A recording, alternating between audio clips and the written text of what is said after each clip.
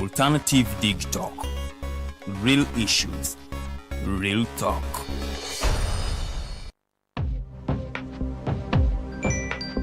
Go to the church, though. Tawali man, what's up? Man, can you imagine people just dump everywhere? Someone drinks water and throws the bottle wherever. Come on, Rogers. What else do you expect people to do with an empty bottle? Simanya now, do you know that plastics take at least 450 years to decompose? What? That's a long time. Exactly. Because plastics are made out of a lightweight and flexible material that doesn't decompose easily.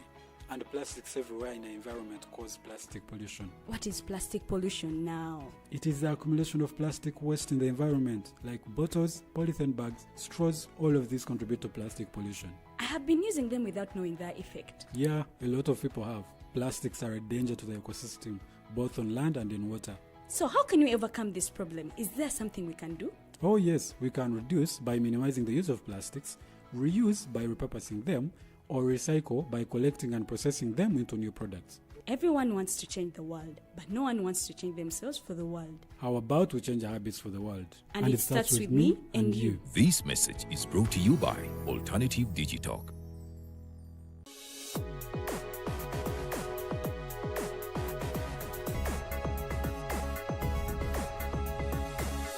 The Alternative Dig Talk. Real issues, real talk.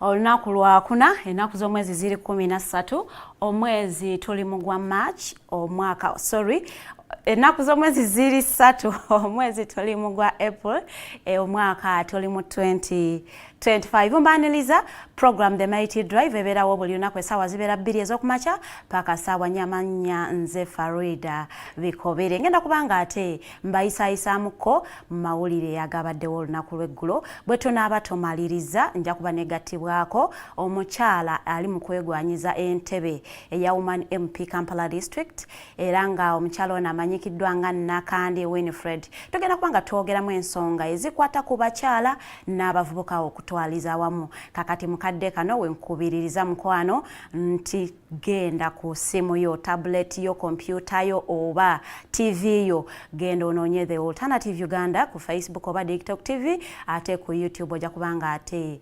otosanga ku The Alternative Uganda. Awo nno munnange show egenda kubanga ate etunyumira bulungi nnyo eri gwe ayegwanyiza okwesimbawo on any position mu kifo kyonna mu area yonna mu Uganda. Ndowooza ate weetaaga okubanga ate you are tuned in to this show osobola okubanga ate otegeera koko ebintu bitambula batya.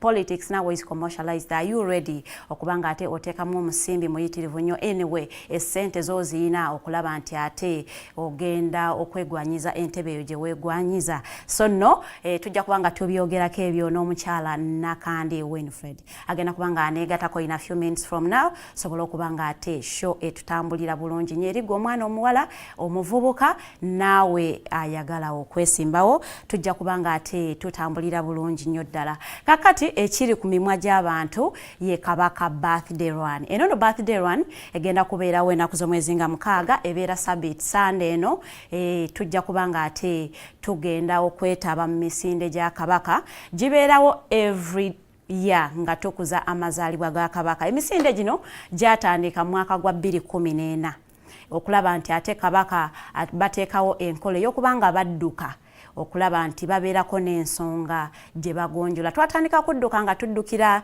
okuyamba abakyala abaali balwanagana n'ekirwadde kya fistula mu mwaka gwa 2014. Kakati enkola enezenga ebeerawo buli mwaka era nga tutera okubanga tugenda okwetaba mu misinde gino wakati w'ennaku 6 ne 10 omwezi ogwa April. Tubeera tukuza amazaalibwa ga Kabaka Ronald Muwenda Mutebi ow'okubiri. Ono nno nga ye Kabaka ow'omulundi ogwa 36. ng'ali ku Namulondo ey'Obwakabaka bwa Buganda era abadde ku Namulondo eno okuva mu mwaka ogwa 1993 era nga Kabaka Ronald Muwenda Mutebi II yazaalibwa ennaku z'omwezi nga 13 omwezi gwa April omwaka gwa 1955. Kakati gwe wasoma math olowooza Kabaka ali mukuza emyaka emeka? Tukolemu ka simple mathematics awo batugamba nga mental work mu primary olowooza Kabaka ali mukuza emyaka emeka okuva mu mwaka gwe yazaalibirwamu ogwa 1955 ate paka omwezi gwa 2025. Olowooza Kabaka ali mu kukuza emyaka emeka? Kits ez'emisinde za Kabaka ziri everywhere. Osobola okuba nga ate ozisanga ku Airtel Centers era nga kit egendera ddala ku mitwalo 2. Togenda nga tudduka kilometers 5-10-21 era nga emisinde gya Kabaka gigenda kubanga ate munaye gitandika ku ssaawa emu kitundu ne ssaawa 1:15. Kakati gwe munnange waguze kit oba nedda? Akonno mbadde njagala kuwaako ka background akatono nnyo ku misinde gya Kabaka gyatandika ddi era lwaki tuba twetaba mu misinde gino. Buli mwaka tubeera n'ensonga lwaki tugenda kudduka. Omwaka guno we are preventing HIV/AIDS mu baana ab'obuwala, having men nga be bakispearheading oba nga be bakiteeseemu omukono. So nno eyo nno y'ensonga lwaki ngenda tandika amawulire gange mubujjuvu. Abakungu okuva mu kibiina kya National Unity Platform bano no munnange bateeseemu amakanzu ne bakyalako embuga. Bano nno nga bagamba nti ensonga zabadde 2 ezabatutte okukyalako ate embuga era nga bayaniriziddwa Katikkiro wa Buganda Charles Peter Mayiga. Bagamba nti bagenza okwanjulira Kabaka oba obwa Kabaka omubaka omulonde owa Kawempe Honorable Elias Luyimbazi Nalukola. Ekyokubiri okulaba nti ate basupportinga Kabaka ku kozi ye gyali mu kubanga ate affronting. Okujjukiza omwaka oguwedde emisinde gya Kabaka nange Kabaka teyali mu busobozi kubanga ate agitandika wabula ate munnange omwanyina omumbejja n'abaloga yasobola okubanga ate agitambuliza ddala bulungi nnyo banga agitandika. Kati omwaka guno people in suspense tebamanyi oba Kabaka nabeerawo oba taabeerewo oba omumbejja Sangalya-Mbogo ajja kubanga ate akikwatamu oba ate omuntu omulala yenna. So nno bano bakiisa embuga nga bagenza okubanga ate basupportinga cause eno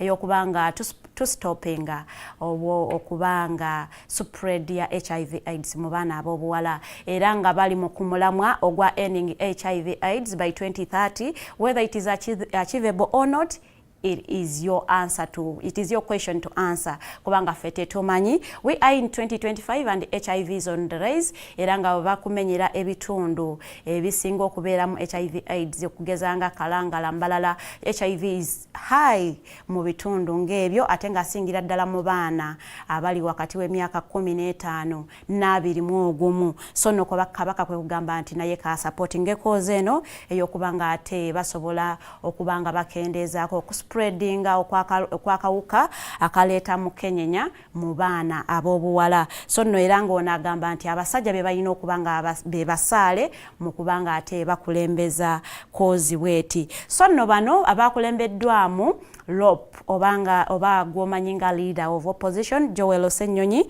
bagenze ate ne bakiika embuga era ne bagula kits eza Kabaka birthday run ezaweereza ddala obukadde 15 era nga bano baweereddwa omukisa okwogerako eri abakungu b'Emmengo era ne banjayo ensonga zaabwe okwabadde n'okugamba nti nabo akalulu nga bwe katambula nako kabasobedde. Wabula bano Charles Peter Mayiga ono nga ye Katikkiro wa Buganda yabagumiza n'abagamba nti balina okubanga beetaba mu byobufuzi ebiri peaceful nga temuli violence era nga era omukulu gwe bagenza okwanjulayo Oluyimbazi Elias Nalukola era naye yayogeddeko eri abantu n'agamba nti engatto ze yalinnyamu nnene wabula naye agenda kukozesa obugatto obutono okulaba nti ate akola ebyo by'alina okukola. So nno gwe munnanga tannagula kiti ya Kabaka birthday run ndowooza ate osobola okubanga ate ogenda okugyefunira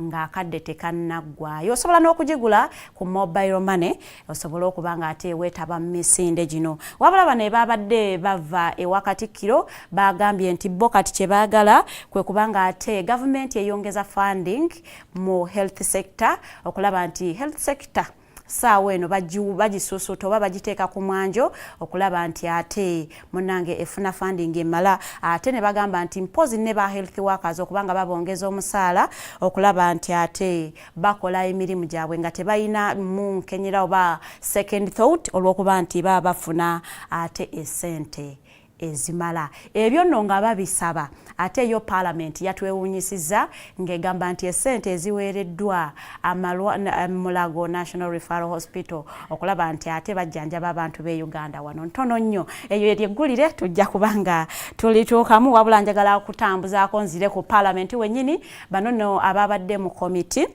eya infrastructure nga batunuulira ebyo ebiba bizimbiddwa mu ggwanga Uganda. Bano basimbaganye n'abakulu okuva mu KCCA era nga bano babadde batutteyo budget yaabwe ya 2025-2026 mu komiti eno okulaba biki bye baleseemu biki can it be approved or not. So no bano mu kwanja budget yaabwe ekyewunyisiza komiti eno nti ate okuba nti abantu abafiira mu njega y'ekiteezi mu mwaka oguwedde mwezi ogw'omunaana ate munange tebabadde included nti ate abantu abo babagamba nti bagenda kubanga babaliyirira era nga bano bategeezezza ne bakikaanya bulungi nnyo nti ekituufu abantu abo tebannatuusa kiseera kibaliyira weewaawo ne ssente ezibaliyirira tebaziina olw'ensonga nti government valuer gezaako okulaba nti avaluinga ebyo ebiba byonoonese n'abikubirizaamu essente ze balina okubanga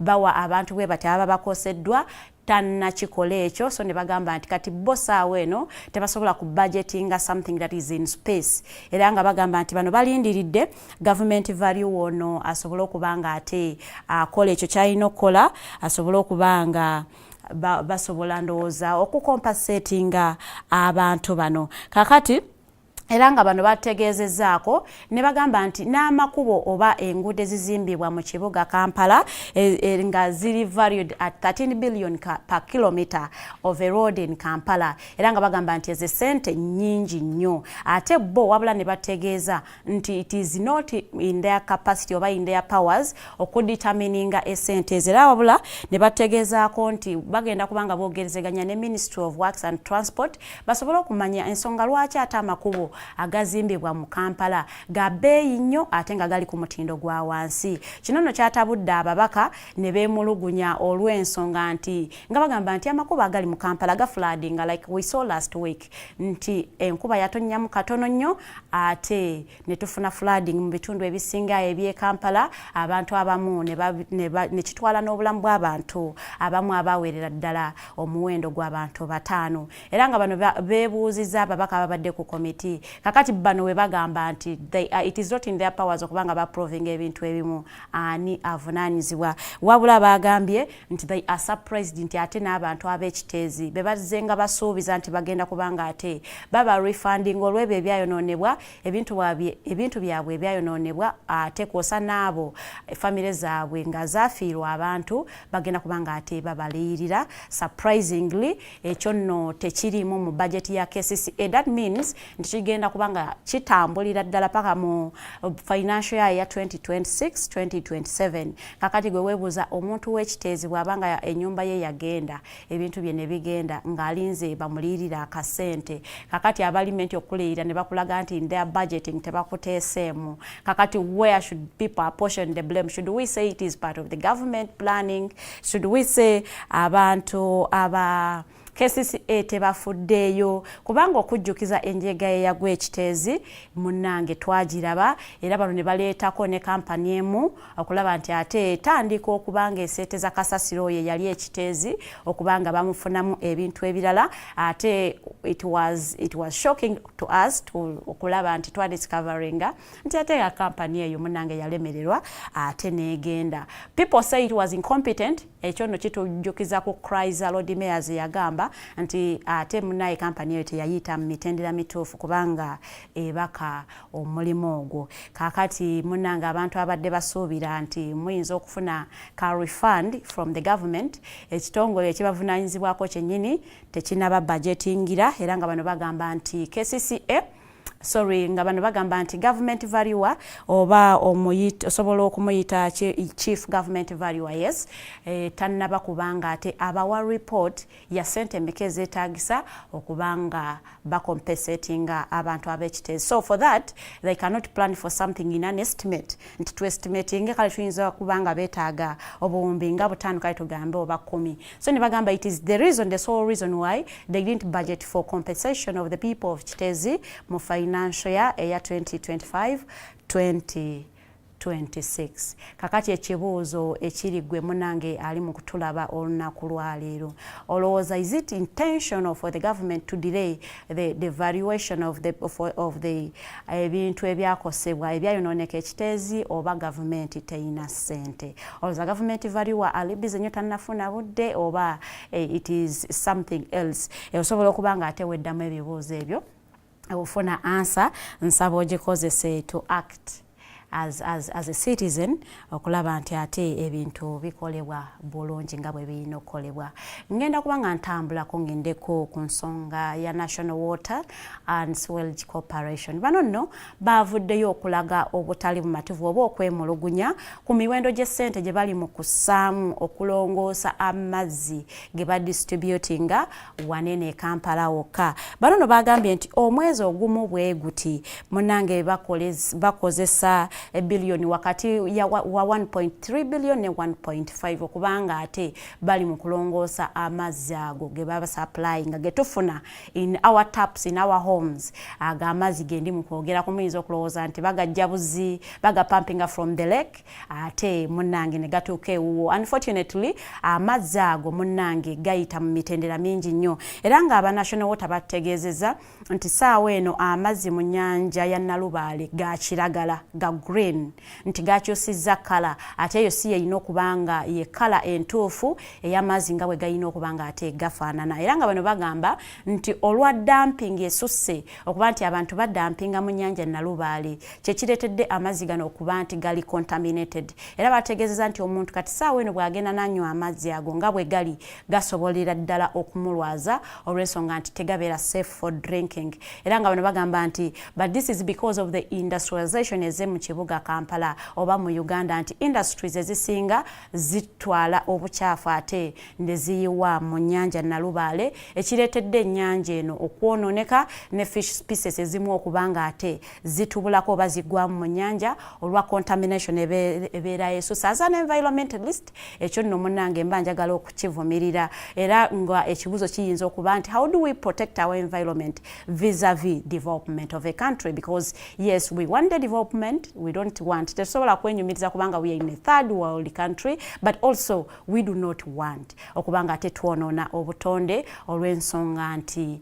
tuli mu kubanga tuyayaanira okukulaakulana. Era nga bano bagambye nti tebakyasobola kupampinga amazzi even from one ennyanja weetandikira nti balina okubanga bateekawo obusobozi obaleetera okubanga bagenda kumpi into the middle of the lake okulaba nga ate bafuna amazzi agabeerako kale. Era nga bwe bakulaga ennyanja nga bwefaanana ssaawa eno munnange ennyanja ejjudde obukyafu naye nga munayi tebutandikireyo butandikira wano. Yesterday nabadde ndaba akavidiyo k'omuvubuka omu ng'akutte kasasiro ng'amuyiwa mu myala. It begins with you and me munango okulaba nti ate osobola kwetekinga that citizenary responsibility okulaba nti you live in a clean environment. Ndonga amazzi bwogalaba ku screen yo bwegatyo bwegafaanana obukyafu ndowooza obulaba era ekyo kyolaba kye bagamba nti balina okuteekawo yo infrastructure ebasobozesa okubanga batambulako a few meters into the lake okulaba nti ate bapampinga amazzi agali kale. But this is all due to you people dumping everywhere,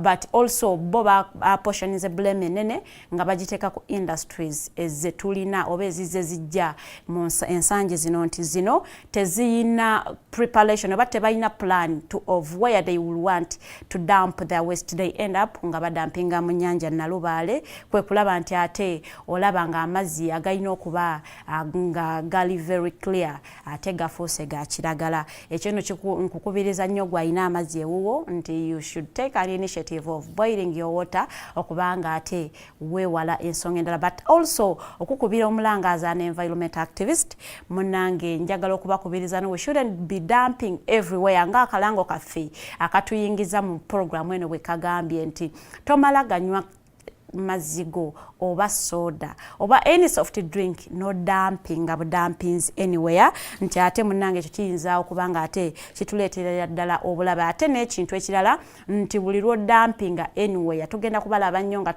complaininga nti floods amataba gasusse abamu temugenze kukola, you have missed work, they have fired you, naye nga ate you are partly responsible for what is happening in Kampala because you do not have that responsibility in you okulaba nti ate you do proper dumping of obyoba oyina. Ngenda kubanga ate mpumulamuko katono nnyo bwe nkomawo ngenda kuba negatiddwako omugenyi wange ow'olunaku lwaleero Madam Nakandi Winifred nonno nga ye Executive Wide Director wa Miss China Uganda, an organization that advocates for the rights of girls and women. Era nga bano bagamba nti girls should have equal opportunities as the men. Era nga bano bagamba nti they should compete favorably in an environment that isn't being sexist or that is not discriminating against them because they are girls or women. Mpumulamuko katono nnyo bwe nkomawo tujja kubanga ate twogera ensonga za byabufuzi, ensonga z'abaana babuwala n'abavubuka.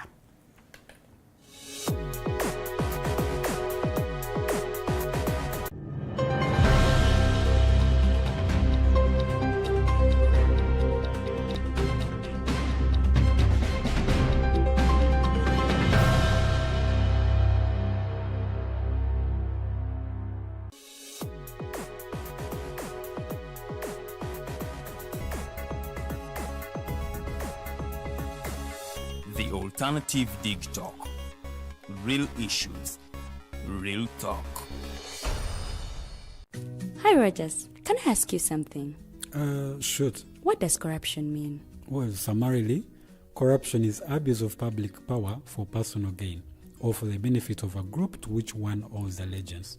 For example, when a public office is abused by an official accepting or soliciting a bribe. By the way, private people can be corrupt too, like bribing police officers to escape fines.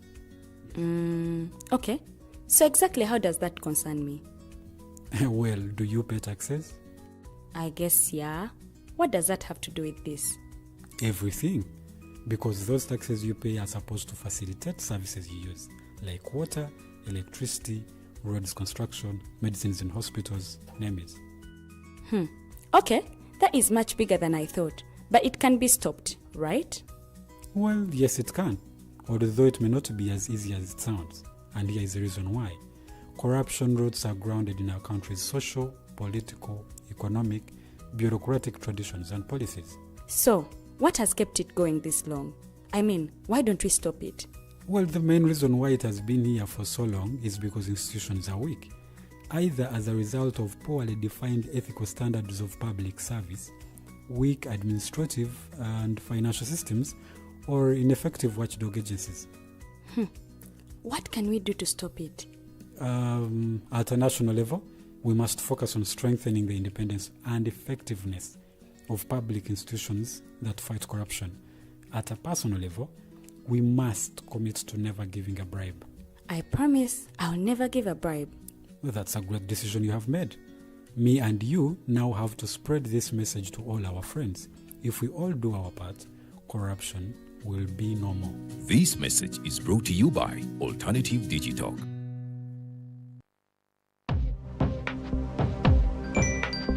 Go to the church, though. Tawali man, what's up? Man, can you imagine people just dump everywhere? Someone drinks water and throws the bottle wherever. Come on, Rogers. What else do you expect people to do with an empty bottle? Simanya now, recorder. Do you know that plastics take at least 450 years to decompose? What? That's a long time. Exactly. Because plastics are made out of a lightweight and flexible material that doesn't decompose easily.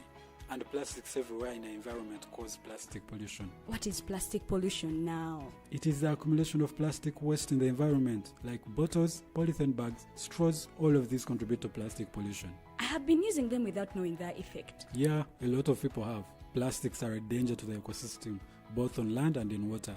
So how can we overcome this problem? Is there something we can do? Oh yes, we can reduce by minimizing the use of plastics, reuse by repurposing them, or recycle by collecting and processing them into new products. Everyone wants to change the world, but no one wants to change themselves for the world. How about we change our habits for the world? And it starts with me and you. This message is brought to you by Alternative Digital.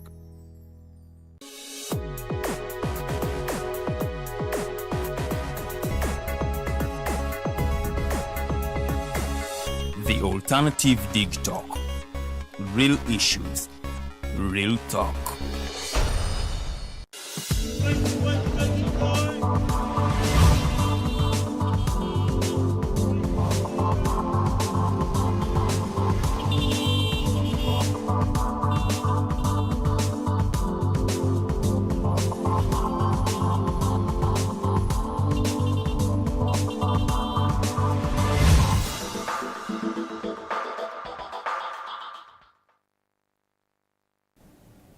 Tukulike nnyo mu kuwummulamu okwo. Unfortunately omugenyi wange tannegattako kubanga ate twogera ensonga z'abaana ab'obuwala, but fortunate enough negatiddwako omumbejja Lilian Luwedde. Tugenda kubanga ate tweyongerayo n'emboozi yaffe eya improper dumping of waste mu kibuga Kampala ate n'ebitundu ebirala. Tugenda kubanga tutunuulira olowooza gwe nga citizen, what is your role okubanga to maintaining a clean environment eyo nno etali contaminated, okulaba nti fenna we benefit. Tuyinza okubanga gw'ogamba tebinkwatako even when you dump that plastic bottle mu mwala, naye ate kigenda kukwatako. Ate bwe kikukwatako kijja kukwata ku baana n'abazzukulu, because when you spoil the environment tekikoma ku ggwe, kigendera ddala ne ku bantu abagenda okujja in the future even nga toliiwo nga mu bulamu wavaawo dda. So njagala tutunuulire, tugenda kubanga tutunuulira butya bwe tuyinza okuprotectinga environment yaffe vis-a-vis the development that we are all yearning for. Ngenda kubanga nnyenderiza omumbejja atulamuseeko, awo nno show yaffe egenda kubanga ate etambula mpola paka ate omugenyi waffe olunaku lwaleero obwana twegatako. A very good morning, Princess. A very good morning, Mumbejja Farida. Ne mumbeera eno enyumira okwebaka era osigala okeera. Because bagamba nti ata ennyonyi enkeze bayenda kugera olugero olutagenda naye yekwata olusiringanyi, so ndowooza njagala kukwata olusiringanyi. Lubeerayo naye ennaku zino luzibu lwakwasa kumaca kubanga abalukeerera tuli bangi. Abatali ba morning people kati bafuse ba morning people. I always advise people to be part of the 5 a.m. club, just join that 5 a.m. club. You don't have to go find it anywhere. Just put it in your brain. I have to wake up by 5 a.m. Nebo banga toyina jolaga, wake up and exercise. What are you doing in bed by 5 a.m.? Go out and exercise. Go duka mwawo, wetolole mu compound, you exercise, be fit. Don't be in bed paka sawa biri. Like enseba yakulese dda esawa nga mukage mabega. By the time you wake up, the world is four goals ngoli ku zero. Already bakutandiseeko bakuli maaso. Bano baba batandise dda obulamu gwe. Now you are restarting your mind to fit into the day. Abantu baba basettle and they have done grounding, they are in the mode of working. We just oli mukozi okutandika. By the what is happening? But I'm just but a very good morning, our viewers. And I welcome you on the show once again. Mighty Drive. Mumbejja. Updates otugambye ku mazzi agakiragala. Ogalabye ennyanja Nalubaale. Gundi beach. Let's go to the beach. They will bajja koza swimming pools, I think. Okay, because amazzi ga green botunulira embalama ezisinga ezimu zijjira mulimu ne kasasiro kwegamba naye waliwo omwami gwe nalabye mbu mu lunnyanja ng'agamba oyo mubiru mbu mubiri oyo ava kukuba nti ebbugumu lingi wansi eyo kati ebbugumu bwe liyingiwala kwe kuba nti amazzi gano gataniize kala ne gafuka gakiragala nenga mubiri wamuwayiriza me as a scientist you know bamuyita ng'ensooka eri bwe baali bagiyitaani nakayima so kati awo wetu omanyi I am not disputing those things bisobola okuba nga bituufu but I want now to address this issue as a scientist and as an environmentalist that has done research about such stuff and how dumping waste you know anyhow can really contaminate water sources zetu batoyinawo mubiru simumanyi and waba mubiru yali siikudde ennyanja mubiru yaleeta oyo kiragala nti eno wansi kitokota ebbugumu lingi kati kwegamba ne tuba nga amazzi tulina ga kiragala naye nga tuli mu nkuba tuli mu nkadde ga nkuba no wansi w'ennyanja ensonga tuzisekeramu naye ng'ensonga ziri very serious nnyo ensonga za butonde bw'obanga oli superstitious you know you believe in superstitions you know kirabika kino kiri bwe kinne bwe kiti yandibanga mubiru but if you want you are real because me I am real nze tonnyonnyola kintu kitali tangible you know science is real bajja kugamba kwata carbon dioxide ukikole mu bwoti kigenda fuuka bwe kiti science is real omanyi fa Africa twalinanga engeri gye twakolangamu ebintu byaffe yensonga lwaki ojja kuwulira nti amannya agamu ga Luganda owulire nti Lake Victoria ye Nalubaale nanto owulire nti Lake Albert I think ye Mutanzige oba is it Albert Ochoga ye Mutanzige so ebintu nga bino nti kati bo bwe balabanga ebintu nga bituuseewo amanya nti kino kireeteddwa ensonga ABCD kiyinza okuba nga kibaddewo mu nnyanja ngaaluddewo agamba nti ono yali akirabyeko nga yali akirabyeko naga nti ono mubiru yaleetedde embeera eno okubeera bweti yaleetedde amazzi okutaaninga green okuva ku natural color gye gayina because Lake Victoria yemu kweza ennyanja ezina amazzi agali fresh so kakati bwe tuba nga amazzi gakyuse kala gatandise kufuuka green that means waliwo ekitali kituufu bw'otunuulira n'entambula y'amazzi mubibona amala bbanga ki Kampala out yatunnyonnyodde naye yagaye tetujja kumala kiveewo kijja mala kigende tufune amazzi agali after some time then awo tuleke tufuna amazzi amayonjo but fenga bannakampala oba fenga bannayuganda kitukwatako because ennyanja Nalubaale tesavinga fefeka tulina bannaffe abali mu Kenya bannaffe abali e Tanzania wona Lake Victoria esavinga abantu abo but also evaako River Nile bweba etambula bwetyo okutuuka gye ggwera amawanga mangi aga benefitinga mu ngeri emu oba endala so fenga bannayuganda ebeere discipline gye tweteekamu okutandika okuuma obutonde bwensi nga dampinga buli wamu enkuba yatonya I think yali last week on Wednesday yafiiramu abantu abawera 7 okusinziira ku report ya police abantu bano abamu baafa because amazzi gaali tegatambula mu myala kasasiro nga mungi ekinawatako eyo luli prime minister baali balambula enguudo ezitannaba kuba nga ziggwa balaga omwala nga gulimu obucupa obwa plastic bukanzi buno buvaamu soda n'ebirala bingi n'abapiya tetuboogerako nayinamu you dump everywhere ng'agamba nti abantu bano abasuula kasasiro mwe bannayuganda abasuula kasasiro muleetera emyala gino okuzibikira emyala gino bwe gizibikira amazzi tegasobola kutambula so kati enkuba buli bwetonya it's easy for this water to flood negasalako ebitundu by'eggwanga ebyenjawulo naye ate naffe abantu bwe bakugamba nti munnanga amazzi gasaze bw'oba ng'omanyi nti teweekakasa kidduka kyo tomala gagenda oba ne bw'oba okyekakasa because amazzi tomanya otuuka awo makkati ebintu ne bitabuka n'oba ng'ate gakutwala butwazi mu direction go gye gaagala so let's be cautious obutonde bw'ensi butukwatako ffenna gwe bw'ogamba nti ekibira bakitemenze tebinkwatako munnanga ojja tuuka ng'owulira ebbugumu lino litubaddemu ng'osula toweebisse osula toyambadde osula okoze otya so bwebwe obutonde bw'ensi bwabutwe bukwatako naye goboga nti kigudde waagundi ebyo tebinkwatako enkeera because toliweka ozadde abaana nsi ki gy'ogenda okubalekera so gwe nga munnansi olina okubaako role gy'oplaying omanyi last time twagamba abantu Uganda experienced global warming and people think global warming kigenda kujja bakibagambe nti bannayo olwaleero lunaku lwa global warming oba bakikwateko bwe bati bakirabe nga kiri very tangible because bana Uganda batugamba mbu omufirika amaaso ge gali mu ngalo. They believe by seeing or looking or touching. Naye bugumu twaliwulira. Naye bugumu twaliwulira. Yes, yes. Kakati ekyo it is the smallest impact for Uganda gye twafiiringa kubanga waliyo amawanga amalala gonga kyali bubi ddala ate bannayuganda abasinga tebamanyi nti bo nga ba citizen bayina role eyo playinga mu kubanga tuyina ensi ennungi ne environment okubanga eriyoke oba eri favorable ntujja kugamba munnange yes yaddenga government erina okubanga ekuwa ABC now you have your role. Have you played your role as a responsible citizen? Oba nawo olinze bulinze gwe kinakwatako nze nsasula sente za KCC okubanga batukiriningira so you should just dump everywhere. You know that entitlement. Yes.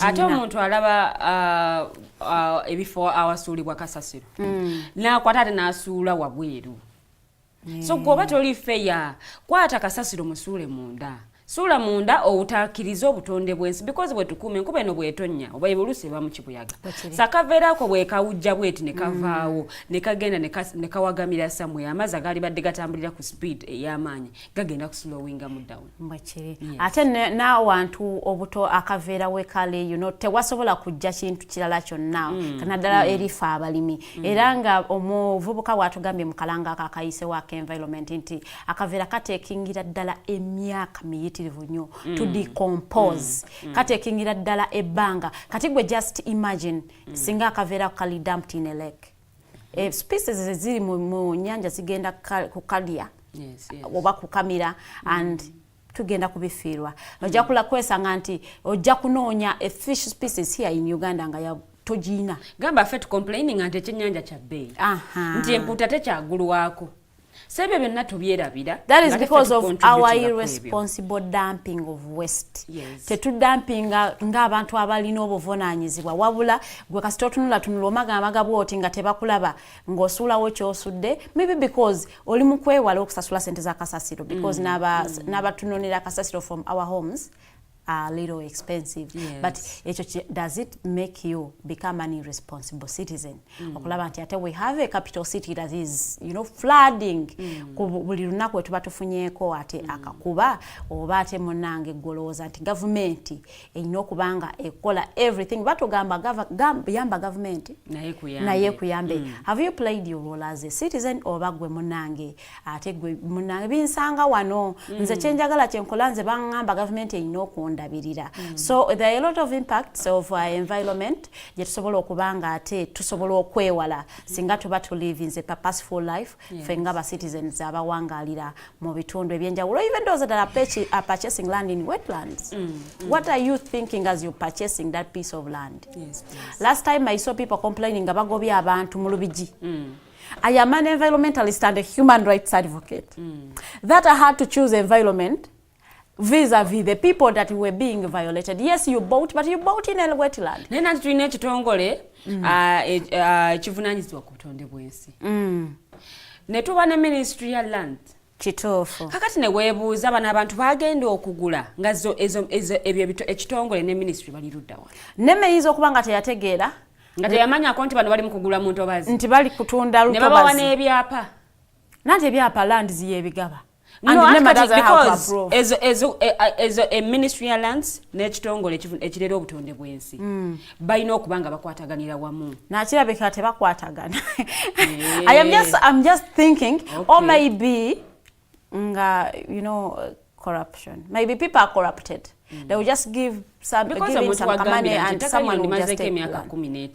There must be question marks. Maybe the rightful question would be nema yaliwanga abantu bano bazimba, you know, they get established, never call it our families, but still that doesn't make the act right. Yadde ngoma zeko emyaka 2 for as long as you bought in a wetland, me as an advocate of the environment I will tell you are not meant to be there. Yadde nga wagulawo mu butuufu because oba agenda okugulawo ng'olaba lutobazi What were you thinking building a house in a wetland nga amataba ogenda galaba mu kibuga Kampala? So bana itubere bavunanyizibwa, let us be responsible citizens yadde nga tulina akasente tubere abantu abo buvunanyizibwa. Ngenda kubanga ate breaking amuko katono nnyo gwe nakomawo ngenda kwa negatiddwako omugenyi wange olunaku lwa leero Madam Nakandi Winifred. Tugenda kubanga twogera nsonga z'abavubuka, nsonga z'abaana bawala n'abakyala okutwaliza awamu. Gwayagala okwesimbawo osuubira wali oyagaddeko. Do you think abavubuka bali in position now to contest favorably mu kalulu kano akali commercialized? Tumulamuko katono nnyo. We'll be right back.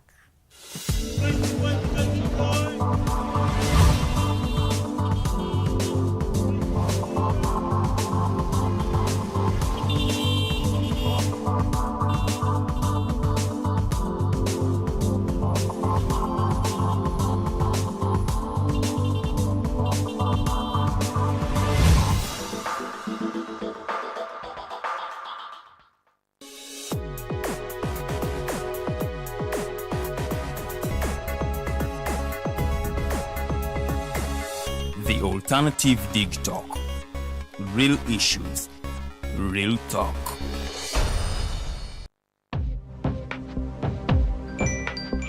Go to the church, though. Tawali man, what's up? Man, can you imagine people just dump everywhere? Someone drinks water and throws the bottle wherever. Come on, Rogers. What else do you expect people to do with an empty bottle? Simanya now, recorder. Did you know that plastics take at least 450 years to decompose? What? That's a long time. Exactly. Because plastics are made out of a lightweight and flexible material that doesn't decompose easily. And plastics everywhere in the environment cause plastic pollution. What is plastic pollution now? It is the accumulation of plastic waste in the environment, like bottles, polythene bags, straws. All of these contribute to plastic pollution. I have been using them without knowing their effect. Yeah, a lot of people have. Plastics are a danger to the ecosystem, both on land and in water. So how can we overcome this problem? Is there something we can do? Oh yes, we can reduce by minimizing the use of plastics, reuse by repurposing them, or recycle by collecting and processing them into new products. Everyone wants to change the world, but no one wants to change themselves for the world. How about we change our habits for the world? And it starts with me and you. This message is brought to you by Alternative Digitalk.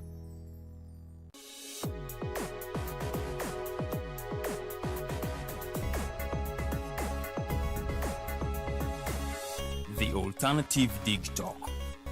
Real issues, real talk.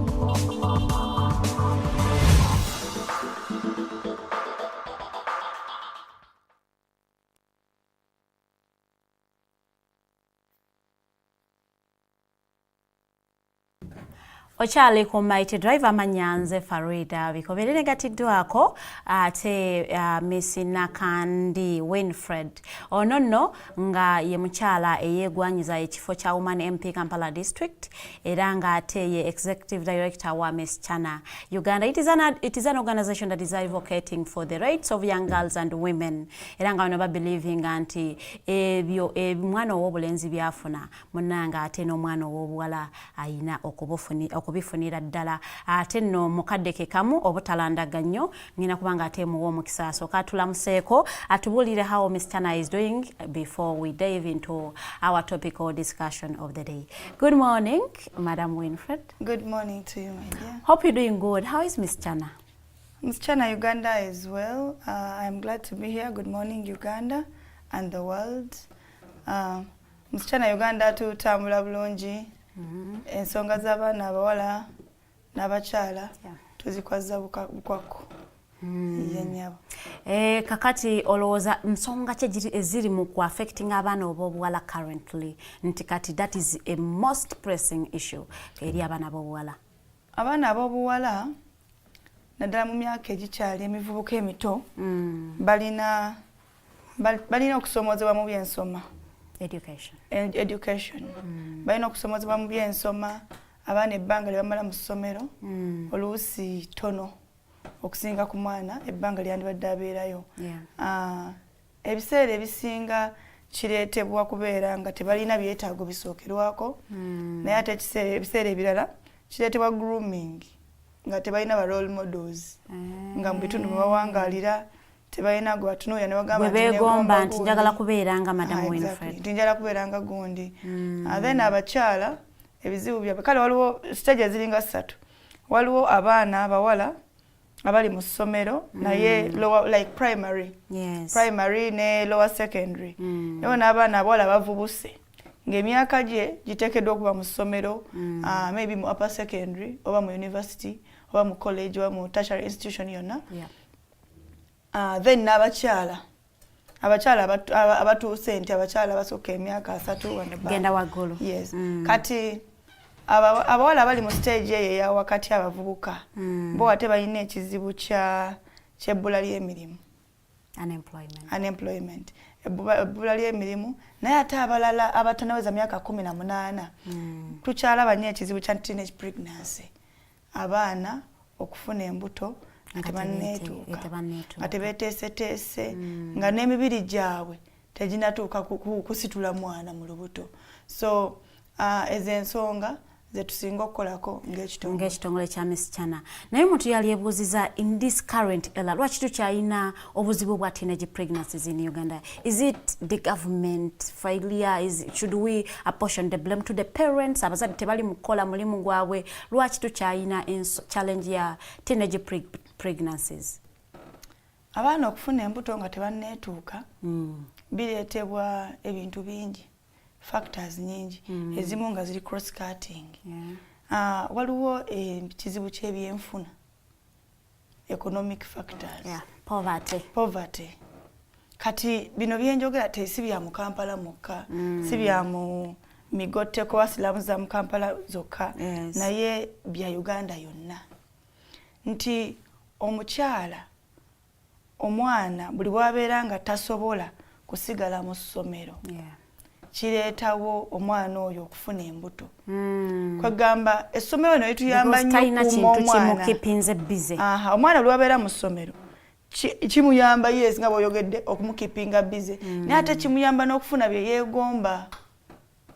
Nze bwe nali nsoma primary walingawo omuwala nga bamuyita Josephine ng'omuwala oyo ali mu secondary mu senior 1 kati akawala ako nga kato nga kambala kati fem primary nga twambala pinafore biteeteeyi kati nenga Joseph ba secondary bambala skirt na blouse kati mama nga uli kumacha ampita wini jangu napita mu dirisa jangu la fina uli agenda ku ssomero nawe njagala bw'okula bwamala P7 oja kwambala nga skirt kati ngenda mu secondary nga nesunze kwambala skirt na blouse so kati essomero lituyamba nnyo okukuuma abaana obutafuna mbuto kati economic issues abantu babala nga tebalina busobozi bukumira abaana mu masomero then tulaba nnyo ne family ezimenyese eziri raised by single parents bambi bamaama obusobozi ne bubeera butono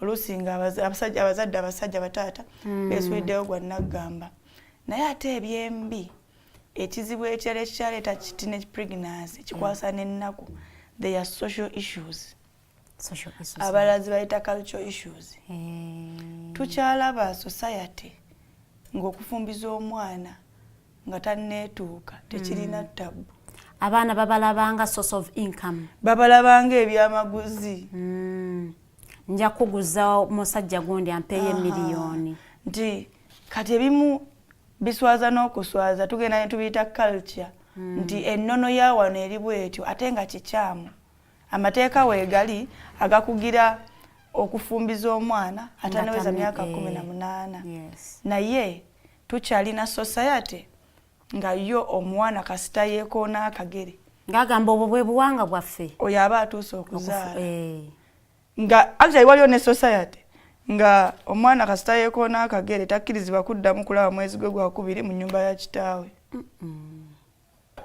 kati ebitongole ebyannakyewanga mu sikyana gye nkulembera n'ebirala ebikola ku ddembe ly'abakyala n'abawala awo we tujjiramu okulaba nti tumenya zino cultural beliefs enkyamu nti tumenya bino bwe bayita obuwangwa ate nga si buwangwa kwegamba beerawo ekintu abantu kye baba bafudde ekyabwe ne basetinga precedence nekijja kibeerawo ne bakinomalizinga ne bakifuula culture part of the traditions of a particular community. Nti ffe wano omwana bw'aba agenze mu nsonga talina kubeera mu banne kati ngenda kuwa ekyokulabirako kino nakisanga mu region y'Etteeso nenkisanga ne Sebeyi.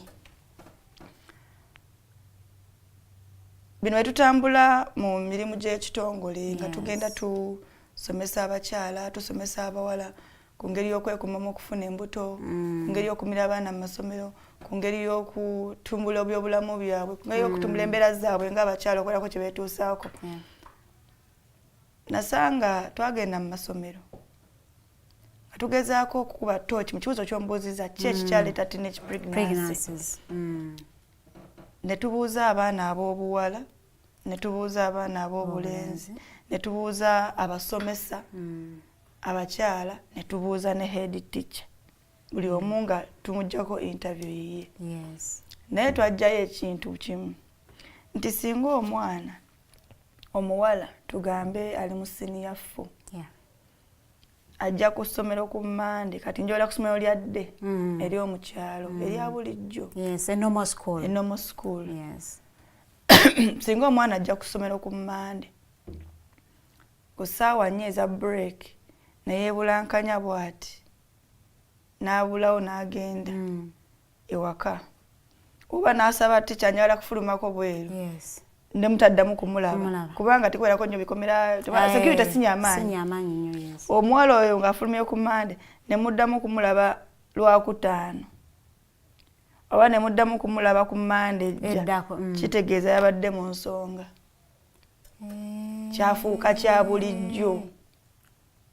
Bwe tukitwaliza ng'efuuka culture nti omuwala waba mu nsonga tasoma naye nga ki ekireeta ekyo tebalina bikozesebwa bibasobozesa kubeera mu mbeera ya kusoma nga banne ate ng'eno bw'ali ne mu nsonga. Bwekige kati abaana bakimanyira batubulira nga ye answer nga n'abalenzi bakimanyi. They think it is a culture. Senior woman teacher akimanyi nga ne head teacher akimanyi. Nti omwana bw'abeera mu nsonga tajja kusomera. Robin abaddeko wano ku makya. Robin agenze waka kasitencha atajja ne luli bamusuubira nakunya mu maaso oba wiiki eddako bamanya abadde mu period. Kati omwana ebbanga eryo lyamala erya wiiki buli mwezi nga ayosaayo wiiki. Bw'oba toli mugumu nnyo bikutama kubanga buli mwezi olina okukopa notices za wiiki bye basoma wiiki namba omusomesa tagenda kubiddamu so olina kubuuliriza banno mwasoma biki bino bitegeeza ki. Kati awo abaana ne babivaako ne babyetamwa ate nga tebaba na byakukola. I remember some girl was telling me nti munne yamugamba nti osobola okuwona period singa oba ofunye olubuto. Ategeera ekintu ng'ekyo. Singa oba ofunye olubuto osobola okuwona period for a full year nga togenda mu periods because you will be carrying a pregnancy that is going for 9 months. So ensonga nnyingi nnyo ezireetera abaana abo okubecoming aba teenage mothers mu myaka egyo. Wabula njagala tuyingire topical discussion yaffe ey'olunaku lwaleero. We are going to assess the youth preparedness okubanga ahead of 2026 elections. Oza abavubuka beeteesiteese okwetaba mu kalulu ka tugenda okuyingira ka 2026 oba tukyabulamu. The person I have in studios ayina ekifo waasonze oba kyatunuulidde. It is now a public secret nti buli omu akimanyi we are going to have Miss Nakandi Winifred as Woman MP Kampala come 2026-2031. So kati njagala tutandikira awo ku nsonga y'abavubuka before nga sinnayingira ku your interest for Woman MP Kampala. Olowooza abavubuka beeteesiteese ekimala okubanga beetaba mu kalulu ke tugenda okuyingira ka 2026 nga bwe tucitinga examples with what has been happening in Kawempe recently. Abavubuka beeteeseteese. Obweteefuteefu bwabwe buliwa? Abavubuka ekisookera ddala to following a road map nga bwetambula. Nominations z'abavubuka zitandika mu June. era abavubuka tubateeseteese nti of course strategy ezimu sijja kuzikuwa. Yeah, of course. Naye ekisooka kye twajjumbira ennyo kwali kwewandiisa mu exercise eyakaggwa nti abavubuka bonna exercise yaliwo ate neyongerawo n'ebbanga lya wiiki emu. Ffenna president yaduumira ate komanda abeera omu mu lutalo. Bwekiri tugamba nti tusonga wano tuba tusonze awo. Era abavubuka bonna abasinga obungi bangi beewandiisa, bangi baakebera emkalala wa we bagwa nti luli nali nnondera gindi nkyaliyo nkyalonderayo. Abavubuka bangi bafunye awareness era mu kaseera akaako ku updatinga ebikwata ku muntu walondera. Bangi bakyusa balondera basobola okulondera mu bifo we bawangaalira we banaasobola okubeera kubanga tufiirwa obululu bungi olw'abantu abeewandiisa okulonda kyokka ne babanga gye bawangaalira si gye balondera. N'owulira nti wano abeewandiisa okulonda bali 8,000 abalonze bali 9 kubanga abantu tebawangaalirayo. So ekyo twakitereeza era abavubuka baffe bangi nnyo. Display of the SIG of the special interest groups voters register egenda kutuuka era abantu bajja kugenda beekebezi. Tukakase nti gundi nali nnondera Masaka kati nasazeewo kulondera Katwe mu lukalala nakomyewo nga mwendi nti mwendi kubanga ekyo ekisookerwako. Akalu k'abavubuka ku mutendera ogusookerwako ogw'ekyalo kakusimba mugongo. Era buli muntu asimba omugongo alina okuba nga ali mu voters register. So tweteeseteese bulungi nnyo abavubuka baffe bamanyi ekyokukola, bamanyi obululu babulonda batya, bw'ova kweno level dda kweriwa. Tweteeseteese bulungi. Kyekukakasa nti Kampala district muli prepared. Guno omulundi buli kifo ky'abavubuka paka ku district youth council. Nga bw'ogamba nti abavubuka mweteeseteese bulungi okubanga mwetaba mu kalulu ka 2026 katunuulire embeera y'akalulu ne cost ejja nako. Olowooza abavubuka balina obusobozi obwetaba mu kalulu akali commercialized to the level that we have in Uganda? Akalulu k'abavubuka teketaaga nnyo ssente anti eno gavumenti eriko ekibiina ekifuga ekya NRM kya vulgarizing ebyobufuzi. I don't want to agree with you, but yeah, you can kya vulgarizing ebyobufuzi. First of all, omanyi oba oyagala okufuga abantu osooka n'oba constraining nti abavubuka tebalina mirimu. Abavubuka bangi embeera z'okwebeezaawo zakweyiiya. Naye ate nga tetweyiiya kubanga tetusobola kukola. Beeyiiya kubanga tewali opportunity. Beeyiiya kubanga emisolo mingi. Beeyiiya kubanga n'akantu koba oyiyizzaawo bajja ne bakamenya.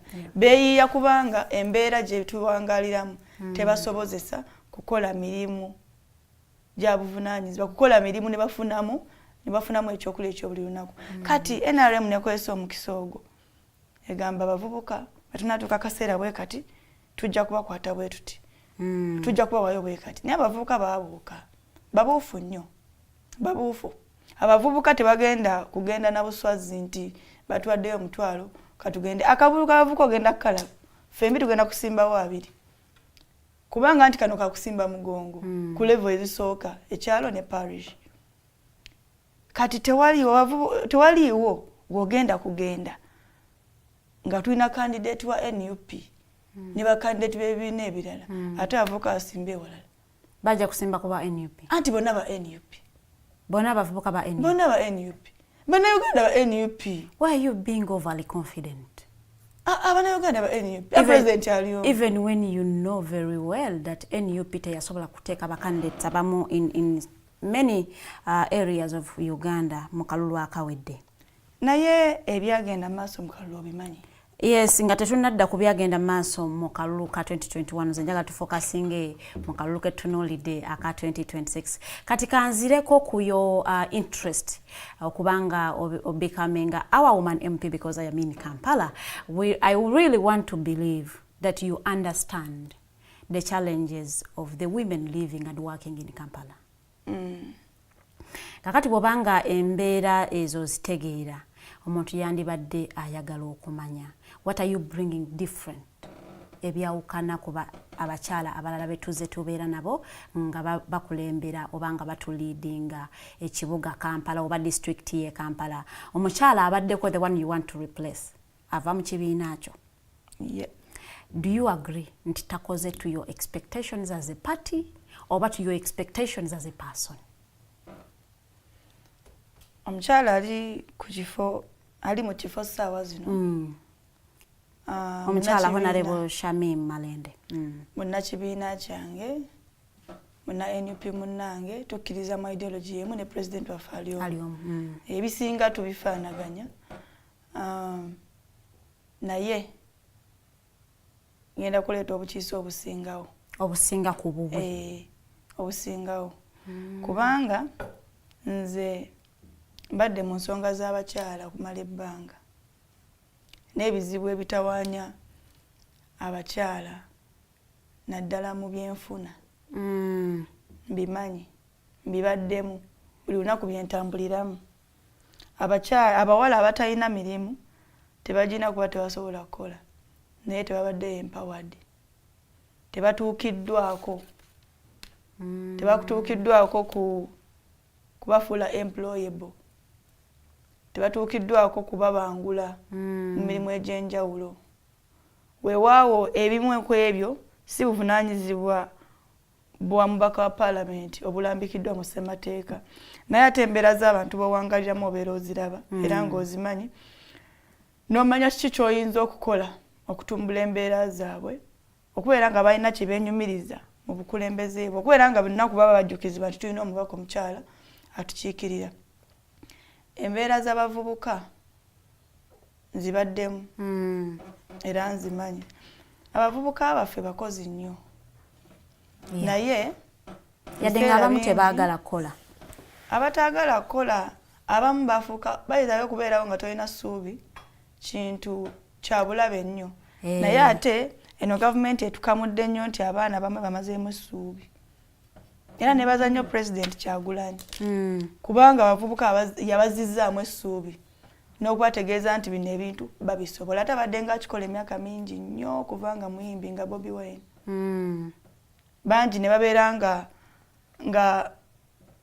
nga bali inspired by him nga balabira ku ye nti naye nange nsobola nga mu nnyimba ze abajjukizanga abateeramu obubaka. So kati it was just timely that ajja n'atukulembera nga president kubanga era abadde mukulembeze waffe mu birowoozo emyaka mingi nga tulabira ku ye ne tugamba nti naffe tusobola. Abavubuka balina talanta ebitone ebyenjawulo. Balina talanta mbadde mu bavubuka nga balina talanta za boxing okuba ebikonde ebyemizannyo ng'ebyo emipiira naye bangi babayitamu bwe bati lukwakwayo for political mobilization bakozesebwa nti abavubuka baabo ne bakubamuko kulaye ne bagenda. Kati njagala nnyo okuteekawo enkola ezitumbula ebyo abavubuka bye basobola sustainably nti wadde wendi wadde siriiwo omuvubuka asigala aganyulwamu ekyo kye nateekawo. Mbeera ku stage z'ababooda ne bakugamba ffe tetwagala ssente zammwe naffe tetulina ssente zakubawa naye baagala enkola ogunjeewo enkola eyinza okubaleetera enkulaakulana bw'obanga olina ky'osobola okusaka obasakire. Omanyi nti ffe mu mbeera z'okutumbula mukutumbula embeera z'abantu omulimu gwaffe gwa kusaka era gwe nkoze ebbanga lyonna. Bw'obanga olina ky'osobola okusaka nti osobola okuteeka ebyalaani mu kasenta abaana ne bayiga okutunga ne beekyusa embeera zaabwe sustainably nga wadde gwe toliyo wadde ne kubaka parliament ovuddeko project ejasigala erwanninga naye abo abaana perhaps n'abaana baabwe oba nti oyo omuwala gwoba otumbudde gwoba oterezeza obulamu bwe asobola okuweerera omwana we oba oliawo wadde taata w'omwana yamusuulawo so ntunuulira nnyo ebintu ebigenda okutumbula embeera z'abantu mu ngeri eri sustainable bagyogera batya mu Luganda Nakandi ngeri ya namaddala kankuyite Nakandi otegere nti oli Muganda yennyabo bale nyala ncyanguye mu ngeri ya namaddala etali yakaseera kagere. Okay, before we go into the challenges that women in Kampala and the youths are facing, njagala nkubuuzeeyo ekibuuzo. We all know you come from Mpigi. Why aren't you contesting from Mpigi? Why Kampala? I come from Mpigi. Mpigi is my home district. It is my ancestral district. Jenzi Kibwa. So nina ndi mutuuze we Kampala. Nondera Kampala. Nakalondera Kampala emirundi 3. Okay. Kati rather emirundi 2 kuno kugenda kwa gwa 3. So I have the right to contest here. Kubanga ndi mutuuze wawa. We wano. Yenya. Osibukawa? Ndi we Jinja. Obe wangalirawa? Kagoma constituency.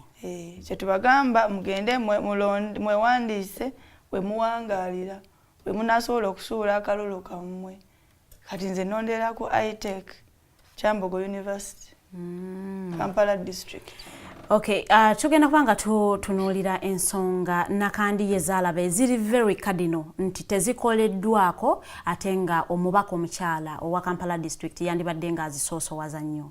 Those challenges that women are facing that haven't been tackled by the members representing them, and you believe they should be nga zisoosowazibwa mu omubaka abakulembera abakyala e Kampala. Ekisooka kye njagala okutereeza nti ekisookerwako buli Munnayuganda alina eddembe. Buli Munnayuganda nga oweza emyaka 18 nga mu lukalala lw'abalonzi mw'oli olina eddembe okwesimbawo. Pulezidenti waffe atukubiriza buli luki mwesimbewo muvuganye.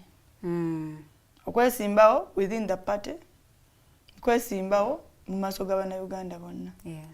N'olwekyo ebiseera ebimu omuntu bwe yeesimbawo yeesimbawo okutuukiza fundamental right ye nga Munnayuganda nti nteekeddwa okwerako ettoffaali lyenteeka ku ggwanga lyange. You know, they just do it like they don't just do it. Nti nteekeddwa okwerako ettoffaali lyenteeka ku ggwanga lyange. Okay. So tekiri nti no bonasanga abantu abavuganya onavuganya oli kubanga tunulidde oli kino nedda osooka ne weesimbawo kubanga olina qualities ezizo ez'enkizo z'osobola okutuusa ku Bannayuganda, obuweereza busobola okutuusa ku Bannayuganda mu ngeri esingako oba oliawo. Kati okudda ku kibuuzo kyo ebimu nabadde mbizzeemu embeera z'abakyala okubateekateeka mu mirimu gye bakolera. Kuba kati nze ntambudde mu butale wano mu Kampala balina ebintu batandiseewo nga bo, balina ssako zaabwe ntonotono naye tebalina buwagizi bumala. They don't have enough support. Tebawagiddwa kimala kwebeezaawo nga tebabeera nga teba living off politicians or leaders. Abakyala balina ssako mu butale bwabwe, bamakanika balina ssako zaabwe, ababooda balina ssako zaabwe. Obasakidde otya okukulaakulanya embeera zaabwe nga togenda kujjanga obawe naye ate nga osobola okubasakira resources ezigenda mu ssako yaabwe ne bateekera we basobola okutuuka bo ne bagenda okubeera nga beewolanga ne bakomyangawo nebeera fund ekula embeera zaabwe nasobola okuzitumbula. Njagala nnyo okukwata ku skilling abaana naddala ba teenage mothers kubanga bangi naddala Musiraamu muno. Tuina skilling Uganda, an initiative by the government that you do not even need to pay a shilling okubanga you become part of the program. Lwaki olowooza abavubuka tebakyetanidde nnyo ate nga it is an initiative that is giving skills eri abaana ab'obuvubuka okubalaba nti bejja mu bwavu ate era ne mu kubanga tebalina mirimu oba bakozesebwa. Bagipoliticizing. Omanyi tulina ekizibu ne gavumenti eno. Teyawula bintu bya gavumenti na bintu bya ruling party. Okay. Nti a project ngeeyo nebeerawo tuba nezi project za government nga ziri mu budget ya ggwanga. Nga ziri mu budget ya ggwanga. Nti tugenda kuwa abavubuka Youth Livelihood Fund. Mu bibiina bwe biti. PDM. Nga sente ziva mu nsako. Ziva mu consolidated fund. Yes, ziva mu bufunze sente zaamwe wa musolo. Naye bakituuka mu kuzidelivaringa eri abantu abalina okuzifuna. Zibeera sente za NRM. President Museveni abawadde. Kati abavubuka ensonga ng'eyo nga teteekeddwa kuba muwadde ne politics. Kubanga zino sente za muwa government, this is a basic service erina okutuuka ku bantu. Kati bapoliticizinga ani agendayo. Ani agenda ku lukalala.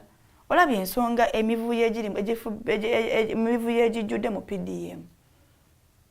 Nti omuntu olina funa miliyoni emu bakwako emitwalo 8 ate balonda ani afuna n'otuuka ku kitundu ng'ate abalina beebongeddwa ate abatalina bo tebafuniddeeko ddala kubanga oyo awagira Kyagulanyi oyo teyatuwagira. Tebagamba nti mulina okwewandiisa abantu 10 mukole ekibiina mugende musabe sente za PDM. Si bwe omutendera bwe gulina okubeera. Gendayo ku byalo. Gendayo ejjinja gy'ova. Bajja kukubuulira nti abalina era be baayongerwa oba abo batambula nga bayimba General Museveni be balina access to these funds. First of all, enguzi ejjudde mu bintu ebyo ani afuna sente naye ate ne sente zibalina okufuna bazibatemako abazibawa batemako enguzi yaabwe. Kati kyekimu ne mu skilling engeri abantu gye babalonda nti mujje tubabangule eri extremely political bagala bakyusa political ideology. Nzaze okuyiga enviiri ate lwaki oŋŋamba nti kugambye biri political. Kugamba enebeera tekyali service ya government. Nawulirako president w'okukiririzaamu ng'agamba nti ababaka abajja okubasaba akalulu babawe ssente muzirye naye temubalonda. Kakati bwabaera nga waliwo skilling Uganda nga bakuwa skill genda oyige skill naye tokola ki totwala ideology yako. Anti kugambye n'okulonda ani agenda okuyiga skill nga wali mu PDM anti tomala gagenda n'okulonda ani agenda list banange waliwo ligondi eno so bapoliticizing embeera eyo wadde nga tekyandibadde bwekityo nti projects za gavumenti zibenefitinga abo abawagira ekibiina kya NRM. Kati mmwe abatakkiriziganya n'ekibiina ekyo ne mubeera nga muli sidelined nti abo ba NUP. So kakati in such a political environment gwe osuubira initiatives zogenda okukola. Because when you are a member of Kampala now, you are representing the NLM women and those in opposition. Ogenda kukola initiatives ezigenda okugamba okugatta abakyala abo ababiri nga bonna baganulwamu. Andi nga bwe nkugambye biri skills zoyagala centers. These skill centers eziri politicized this is a government. Ate omubaka omuntu nga it's a private initiative. Ebe eganyula abantu. Nyinza kuwa kyakulabirako nga bino bye tukola ku musichana. Yes. Tulina ebyalaani. Abantu bajja ne bayiga okutunga. nga tutunulidde just mbeera zaabwe nti ono mutuuze w'Ekomamboga nti ono talina basic skill nti ono yasoma kutuuka wano n'olwekyo eno skill agyetaaga.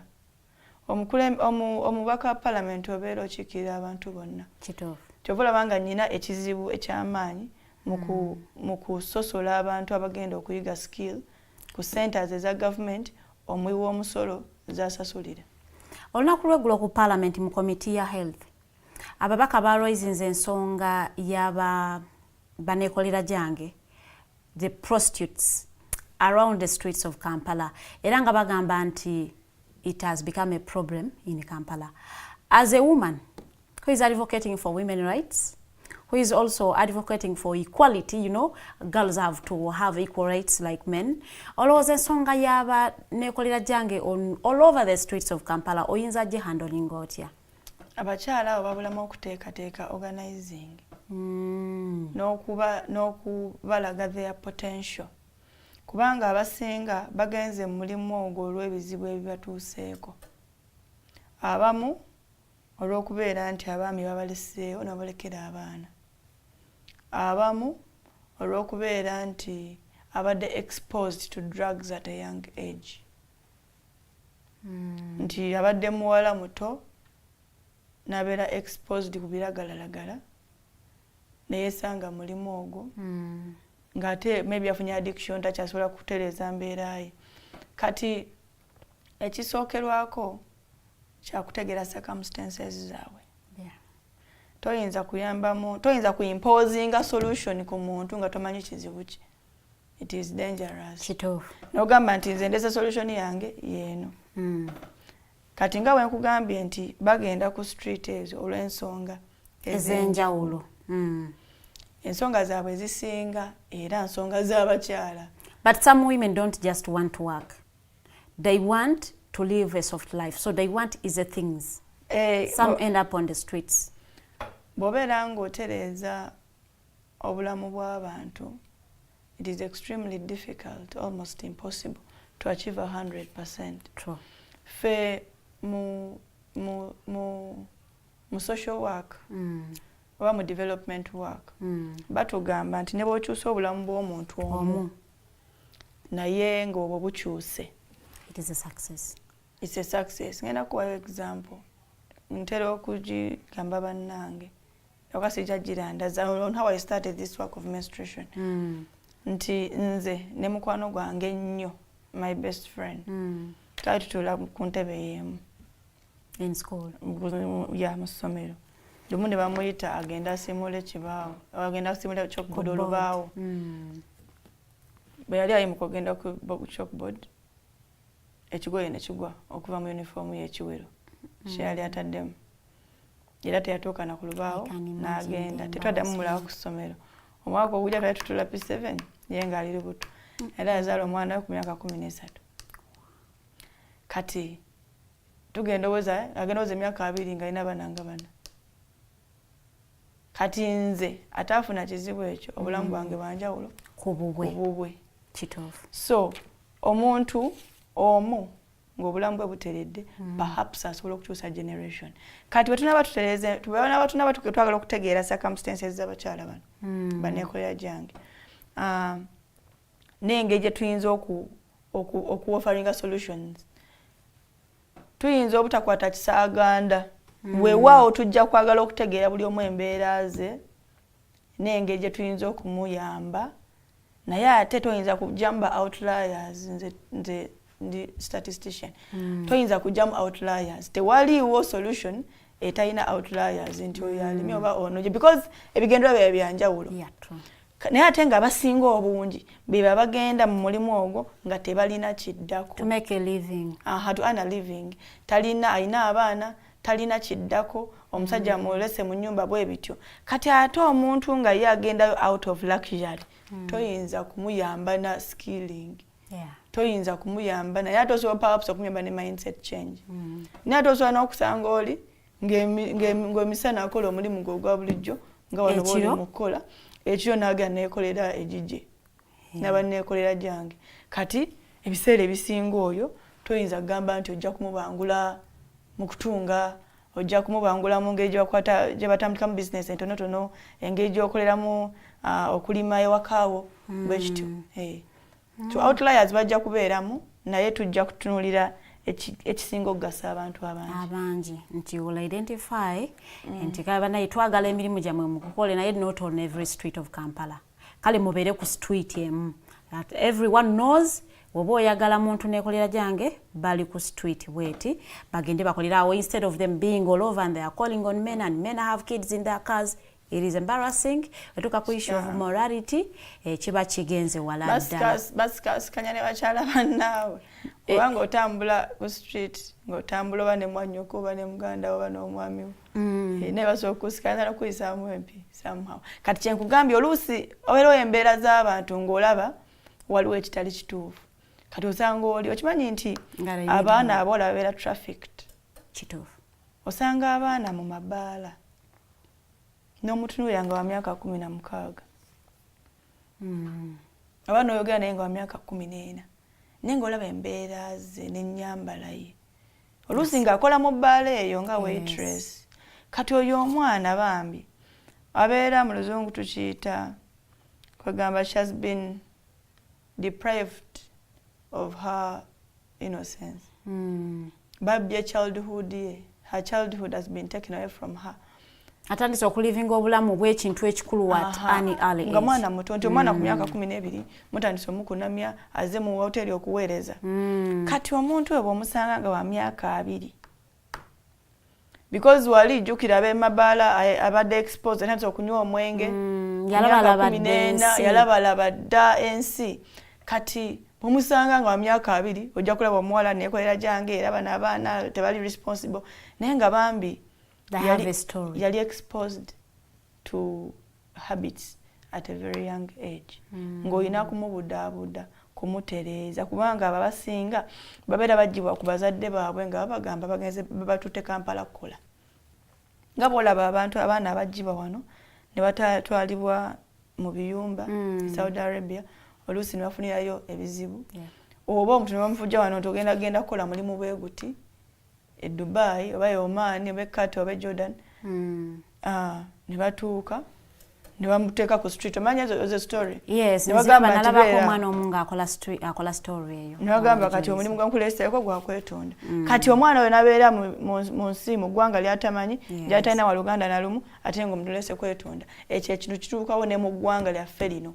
Omwana n'omufuula ne bamujja mu kyalo n'omutrafikinga okw'aboobwe n'omugya e Kassanda n'omuleeta e Kampala n'omutandika omukozesa emirimu soka n'omuteeka mu bbaala aweereze ebiki bimaliriza ng'omwana agenze kwetonda. Ekyo no kijja kuntwala ku meaningful representation ey'abakyala gye twagala okulaba nga tutunuulira nti you are a woman leader in a community. Lwaki abakyala oba ababaka baffe abakyala abakulembeze abakyala tebakoze nnyo meaningful representation mu bifo bye tuba trustinze nabyo? Otunuulira parliament yaffe gye tulina abakyala over 150 mwe bali mu parliament. Naye ate otunuulira nnyo significance yaabwe vis-a-vis emirimu gye balina okukola nga ntono nnyo. What is stopping women from performing to the best or to the expectations of those that trust them with power? I do not agree with you that women are underperforming. I do not. Abakyala betusindise mu parliament si kituufu nti tebakola kutuuka ku byasuubirwamu. Si kituufu kubanga emirimu gye balina okukola oba oli awo ng'ababaka ba parliament bagituukiriza mu kapasite zaabwe. Ekintu ky'oyagala okumbuuza kiri nti lwaki tebavuddeyo nnyo ku nsonga z'abakyala. Kwegamba meaningful representation owandyagadde okulaba omukyala ng'era ensonga z'abakyala azikutte kannabwala. Yes, kati ekyo ebiseera ebisinga kiri individual. Kiri individual okusinziira ku biruubirirwa by'omuntu. Okimanyi nti abantu babana interests. Yes. nobeerawo nga gwe climate activist nga gwe lubiri lwabyo n'ekintu ky'okoze obulamu bwo bwonna n'ekyogamba nti kino kifiirako. I have a very strong conviction about this. Kya climate, kya environment, kya kukuuma butonde, nga gwe very convinced about it. Kati abakyala bano, first of all, emirimu gy'obubaka bwa parliament egirambikiddwa ena bagikola, oba oliawo abasinga bagikola. Naye what is their personal conviction? Ojja kusanga oli nga ye lawyer n'amateeka, era nga buli ekyetaaga amateeka ojja kimulabamu oba ebisinga obungi, okitegeera nga ye ajja kulabikira awo, ye conviction ye, ye interest ye. Kati nga mu kuyamba abantu abafunye obuzibu, basibye baana, basibye baani, ajja kuvaayo mangu kubanga ye interest ye n'obulamu bwe buli awo. Eyo yeba y'ensonga lwaki tuba twakwesiga ogenda otukiikirire. Kati kyova olaba nga njagadde mwesige kunze nga interest zange era z'abakyala. Okay. Wemba siri mubaka wa parliament, emirimu nkola gya kutumbula mbeera z'abakyala. You are a social worker. You deal with social issues affecting women. Exactly, affecting women. Ebyobulamu, ebyenjigiriza, economic empowerment of women and girls. Ate bwe tumala okutereeza embeera z'abakyala, n'abaami baba baganyuddwamu. Kubanga bwe tuleetawo embeera ennambulukufu ekumira omukyala mu kukola, promotinga sako zaabwe, kitegeeza omukyala oyo abadde alina ebyetaago ebingi bikendeddeko. Bw'abeera ng'omwami muvuzi wa booda, ng'omukyala bulijjo yeetaaga bamulekere siringi 8 wakoba mutwalo, naye ate nga kati naye alina obusobozi obwetuusaako 5, ajja kwetaaga ebyetaago byaba bikendeddeko. Kati ate lwaki ensonga z'abakyala nze zinsuula ku mutwe? Kubanga omukyala ono kasita promoting ebyenfuna bye n'obutabanguko mu maka bukendeera. Kubanga akasente kaba weekali. Obutabanguko mu maka ebiseera ebisinga buva ku dependence. Nti omwami oluusi atuuka ng'alaba mumutami, omwana ayagala paadi, twagala paadi, njagala kusiba nviiri, maama yafiiriddwa, bwekityo. Kati omukyala bw'abeera nga naye embeera ye tuseemukko, wabeerawo ku mutual respect. Nti omusajja naye aba alaba nga omukyala ajja kuwamu katiibwa kubanga olina ku kasente. Ajja kuwawo katiibwa kubanga naawe olina ky'oleeta ewaka. Njala tutunuulire embeera z'abakyala abasuubuzi mu kibuga Kampala, naddala bano abakolera ku streets, nti abantu abo bayiganizibwa aba KCCA oba abakuumaddembe. Ensonga eyo ebanyigiriza nnyo. Some of them we bajja ekyokulya buli lunaku, sustain their families, kuweerera abaana, kukola ki. Naye during ku mulembe gwa Nabiila Naggayi yabeera mu parliament okuva mu mwaka gwa 2006 before Shamim Marende yaje okubanga am replacing her, of which I would say Shamim hasn't done a lot. And maybe she has done something, but she hasn't done a lot to the people, to the women of Kampala. Olowooza ensonga ya street women n'engeri gye bakwatibwamu oyinza gisolvinga otya?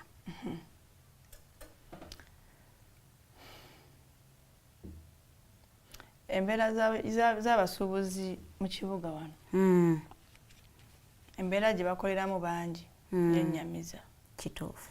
Tebalina bifo biteeketeeke we bakolera, ebifo ebiri strategic ewandigambye nti kino ekifo abantu bakuŋŋaaniramu nnyo, abantu bayitawo nnyo, bibagiddwako. Abakyala bano batundira ku street bano, waliyo n'ab'omu maduuka, waliyo n'ab'omu maduuka, n'ab'omu butale, gwe basindise mu Usaafi gy'agamba teri baguzi, n'ab'omu butale. Munnange ebizibu ebimu bye balina ng'ogyeko location and how strategic it is. Yes. Zezo taxes eziri levied, emisolo egyo oluusi obutonotono twagala ka license wano.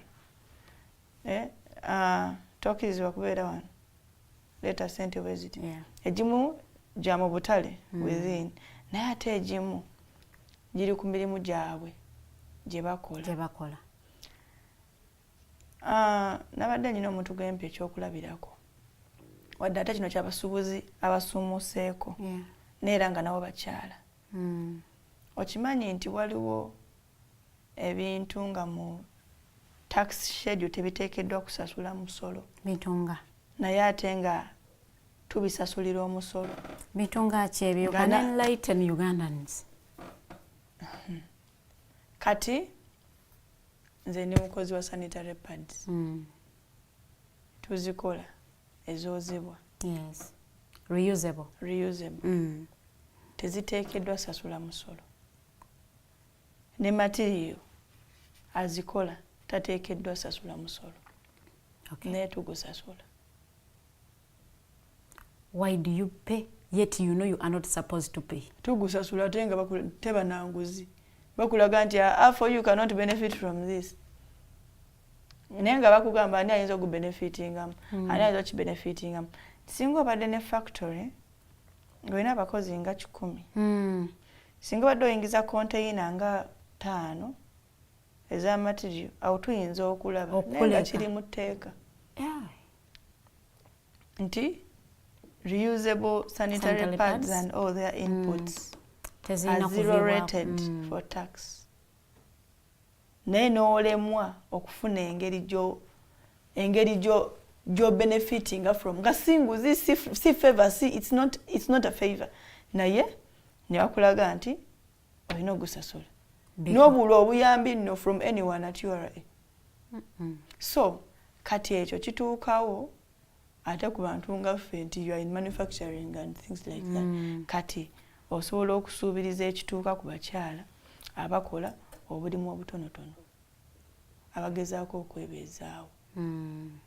Fenno enteekateeka yaffe esooka yakutegeka abakyala banga nakugambye organizing is very important. B'organizing abantu bafuna eddoboozi lyerimu neligamba nti kyekino.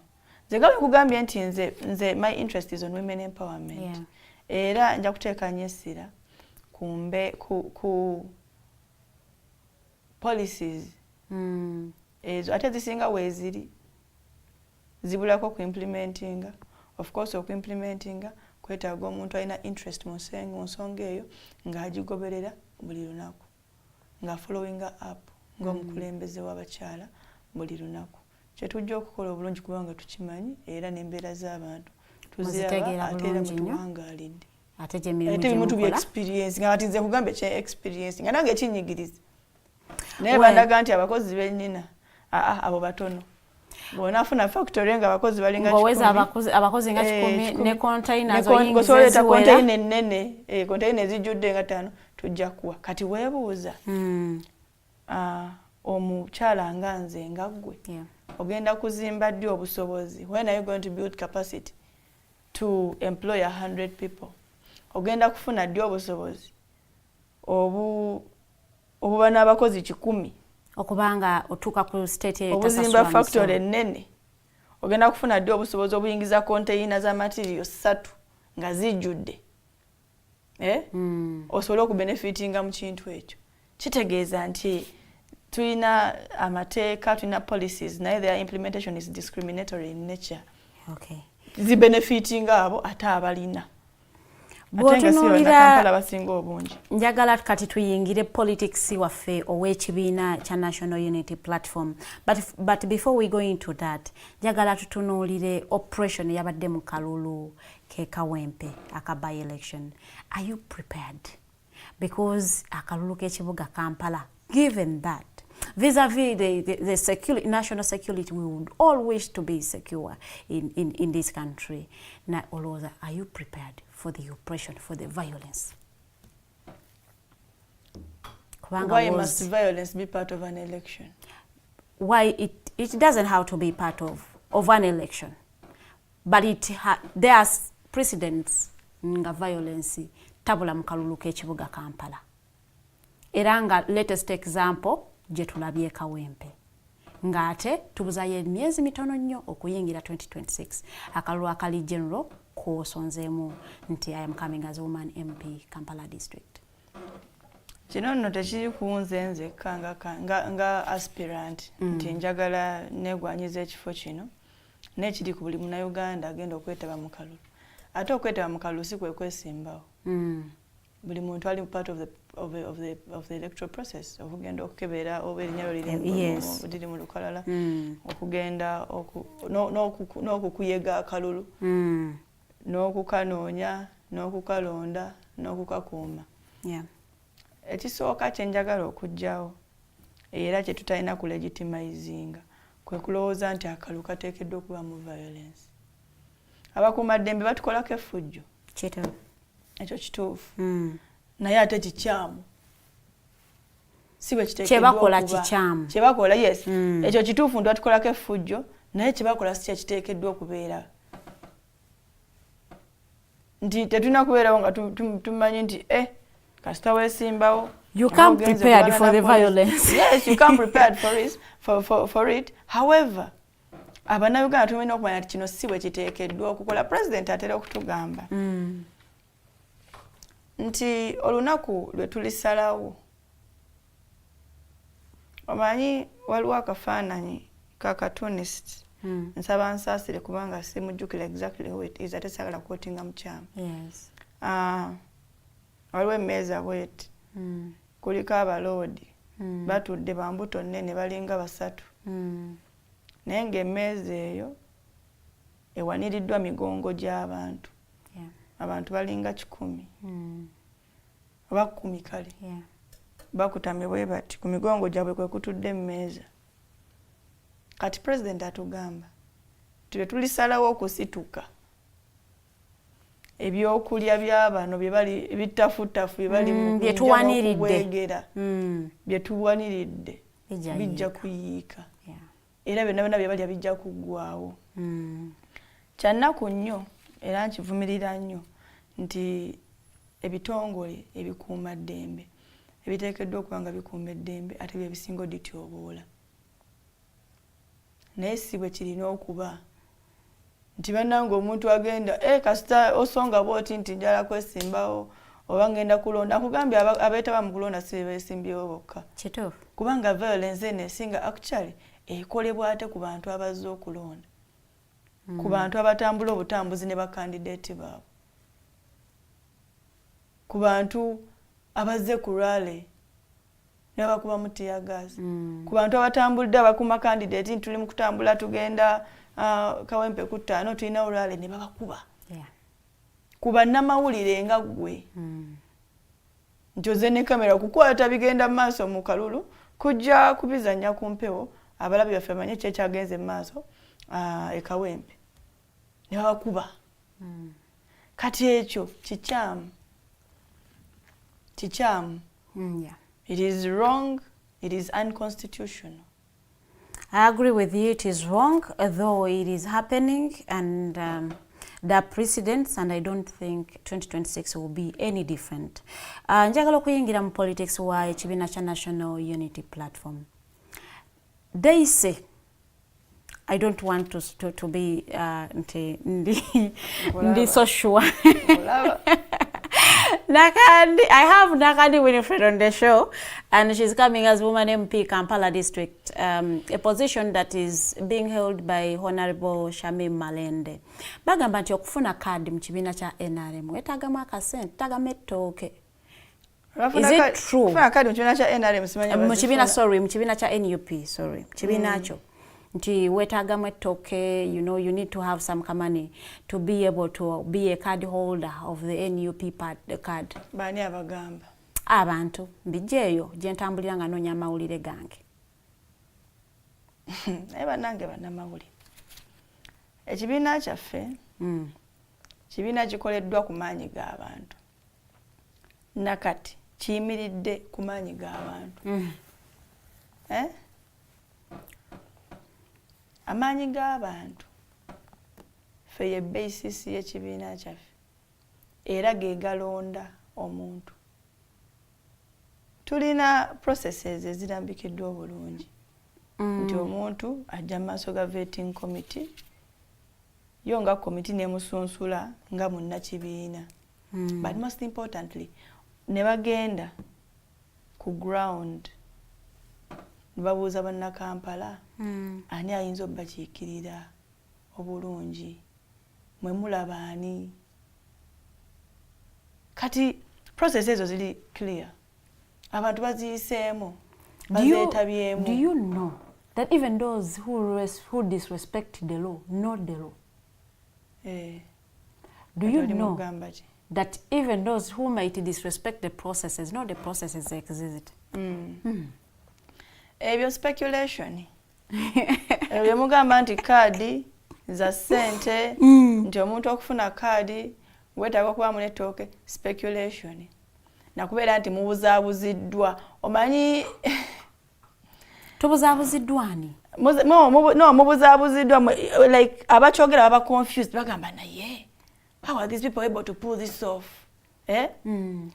tebabulayo kantu ke bagamba nti omanyi ebiseera ebisinga omuntu abatagala kukkiriza nti nno omuntu akoze ekintu ekituufu nti akoze ekintu ekirungi nti oba omuntu gw'atasuubira kubeera nga wakabi afuuse wakabi kati anoonyayo engeri ey'okudiscreditinga ey'okuzaalawo ey'okulaga nti naye era waliyo ekibulamu nti oyo kati waliwo abagamba bwe towulira abantu abagamba nti Abannayuganda enkumuliitu ababeera bawerekera president buli kaseera babagenze kulaba muyimbi Bobi Wine gwe tokiwulira?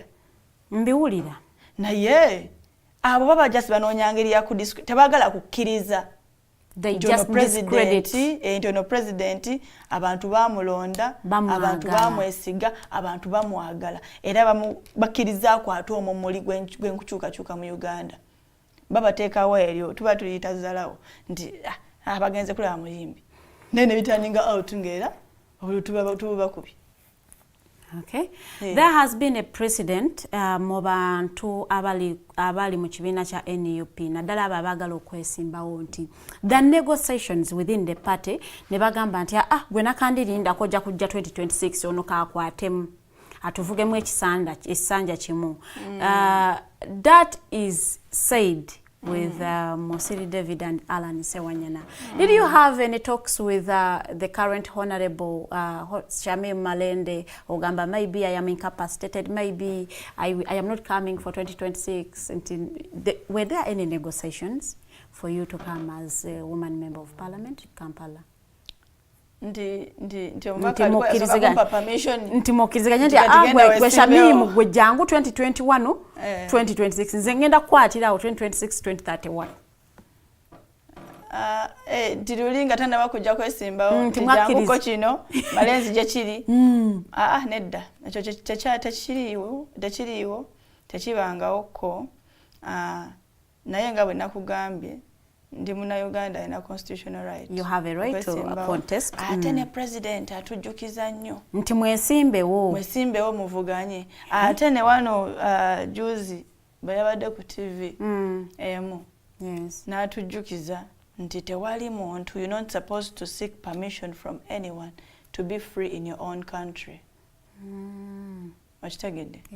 So negotiations nzirespectinga wezibadde bwe baba nga abantu balina kyebatuuseeko ng'abantu, it is well, naye ate era buli omu ku abo aba alina right okwesimbawo, abantu ne basalawo byokwesimbawo n'okulonda democracy. Omanyi si kirungi kubeera ng'oli negative minded, but let's say supposing akadi bagikubye ey'ekibiina kya National Unity Platform bagiwadde omuntu omulala, would you concede nogamba nti engeri gye stafunye card nzikiriziganya n'ekibiina kyange gwe kironzeewo, oba you would come because it is your constitutional right to come and contest as an independent candidate? Nakugamba ekibiina kyaffe kikolera ku maanyi g'abantu. Abantu, people, be basalawo. People power is our power. So abantu be basalawo. But most importantly, nga munnakibiina kya National Unity Platform, buli process webeera nga nnambulukufu kubanga tulina processes ennambulukufu era ze tusuubira okuba nti zinaaba nnambulukufu. So buli process wayanga nnambulukufu okusinziira ku party constitution n'okusinziira ku semateeka also semateeka tufuga nga kibiina n'ensemateeka wa Uganda nti mutalina ddembe okukola kino mutalina ddembe okukola kino bwe twetaba mu process eri free and fair twetaba mu process ekibiina ne kigamba nti ono yagenda tukatya flag tujja kuwagira flag bearer era gwe nsuubira nti ajja kuba Nakandi Winifred. I love your overconfidence. Sometimes overconfidence is bad. Overconfidence. Because sometimes when things don't come out the way you expected, you get highly disappointed. Actually, change also kugamba taking a precedence. Nti processes wezibera fair. Well, ejeringanga if this. Naye kasta tuyingira process okujetabamu twatino okuberanga tuli betegefu okutwala ekyo ekivudde mu process eyo naddala nga nnambulukufu. Bw'otunuulira ababaka abali mu palamenti gye tuyina NUP okuddirira ekibiina ekisooka okubeera n'ababaka abangi NUP ekwata kyakubiri era nga abantu bagamba nti ababaka abajja ku mulembe guno ogwa people power our power batuwadde ababaka b'ekiboggwe abatamanyi kyakukola abatali they do not know what they are supposed to do as leaders. Olowooza NUP ekoze ekimala okuteekateeka abakulembeze baayo abaagala okwesimbawo 2026. Have they prepared their candidates? So kompeyo babiri abatakoze ab'ekiboggwe nja kwamba labisiza omanyi oyinza okuba nga owayiriza abantu no tulina bakansala abali mu kukiikirira Kampala nga bali Canada. Don't we have them, those who stood to get visas to go to Canada? Ekyo kituufu. Oyo taba mubaka wa Kiboggwe? Ekyo kituufu. Thank you. Tuli kwa abaka ba parliament so kompeyo babiri. Abaka ba parliament? Bali babaka ba parliament. Kwa bombuuziza. Bali babaka bagambye nti ba Kiboggwe. Bali babaka ba parliament sijja kubamenya. Sijja kubalabisa. Sijja kubalabisa. Naye anti kati first of all nakugambye abantu banoonya engeri y'okudiscreditingamu ekintu balaba nti kimeruse mu ngeri gye babadde batasuubira. President Kyagulanyi kyasooka okuleeta kwali kubuusa abantu nti buli kintu okisobola kasita obeera eligible nti emyaka 18 ogiweza minimum qualifications ozirina kitegeeza osobola okulembera abantu. Weewaawo okubeera ng'omuntu ali inexperienced mwekiri nti omuntu takulemberangako wantu mwekiri naye our party recognizing olusi challenges recognizing ebizibu okusoomozebwa okumu kwe tulina okutonotono okutali nga bw'olowooza kubanga ababaka ab'ekiboggwe kati Dr. Twaha Kagabo wa Kiboggwe si doctor si musawo. But you cannot be an expert in everything.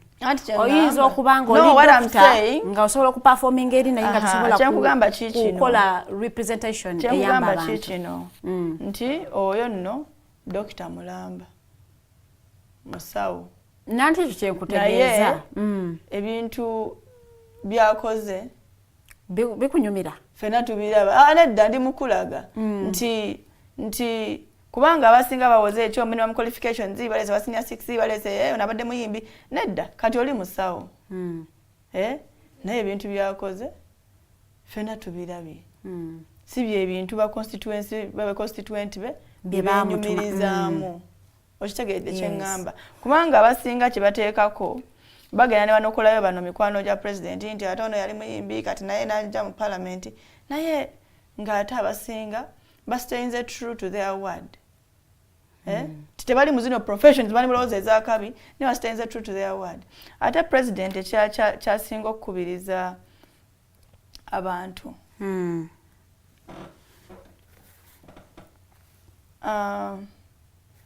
akubiriza nnyo naffe just bannakibiina Yes. ode tetuli bakabaka parliament oku adding a value to ourselves. Mweyongereko omutindo akubiriza abantu abaana okuddayo okusoma. Tulina ssebo ne School of Leadership, National Unity Platform. Yes. Era nkukakasa nti 2026 abakulembeze abagenda okujja ate babanguddwako mu leadership. Kikulu nnyo. Naye ate era still nsigala sikkiriziganya nnyo naawe ku discrediting ababaka baffe titwaleeta ababaka ab'ekibogo.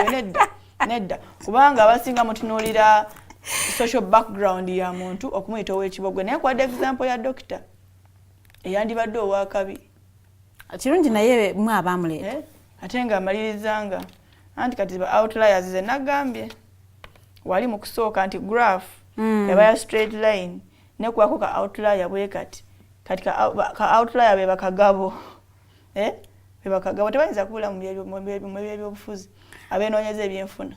Haliga mpadde ekibuuzo wadangamba mbu Nakandi, if you are being true to yourself, rate performance y'omubaka omukyala woyagala okudda out of 10. Omubaka sijja kumuratinga kubanga mu by'obukulembeze tulina kye tuyita conflict of interest. Omubaka kyandibadde kirungi gwe okumuratinga oba abatulaba nti goyinza omuwa entono because weegwanyiza. Naye nze saagala omubaka muratinge loose and fairly olw'okubanga ekifo kyalimu kyekifo kyentunuulidde naye nga kyembakakasa nti obukiise n'obuweereza nja kuleeta obusinga ku buliwo. Do you also believe leaders are born? They are not made. That phrase is paradoxical. Leaders can be made. Leaders can be made. Are you aware that leaders are even made out of situations? Yeah. Embeera nekukakana ogamba naye embeera nekubangula. Leaders can be born out of experiences. Rather can be made out of experiences. Embeera nekufuula ekintu ekya nekumoldinga n'ovaamu omuntu omuvumu ennyo. Kati okimanyi nti n'abajja ati bagumiza abaana kati omwana talinamu training kati yalina training ya jati.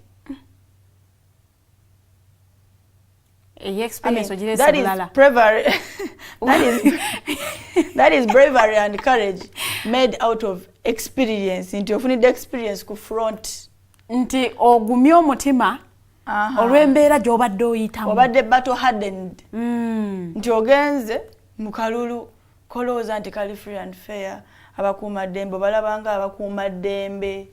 Kumbe batyoboozi baddembe. Kati mwe mugenze mugenda ku rally muli mu procession eri very peaceful ya ddembe mugenda mutembeeta candidate wamu. Ne bakuba muteyagasa. Ne bakuba ate bubi nnyo. Kati omubiri obwongo bu responding to stimulus. Notekamu self defense. Nodamu survival mode. Nodamu defense mode. Kati ekyo okibeeramu ebbanga. Nofuuka battle hardened. Yes. Oluusi kati nawe nofuuka nawe nofunamu embavu ey'enjawulo. Kati ye leadership. Nti embeera eyinza okufuula omukulembeze. Esobola okufuula omukulembeze. Okay. Ogambe you are a statistician. Era nja kuzayoko ku results za census gye twakafuluma.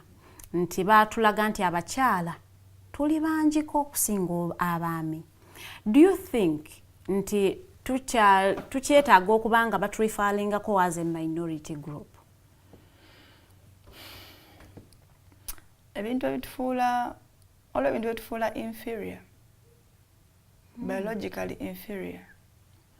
Kyova olabanga era abakyala ekyali special interest group kubanga circumstances zaffe za njawulo.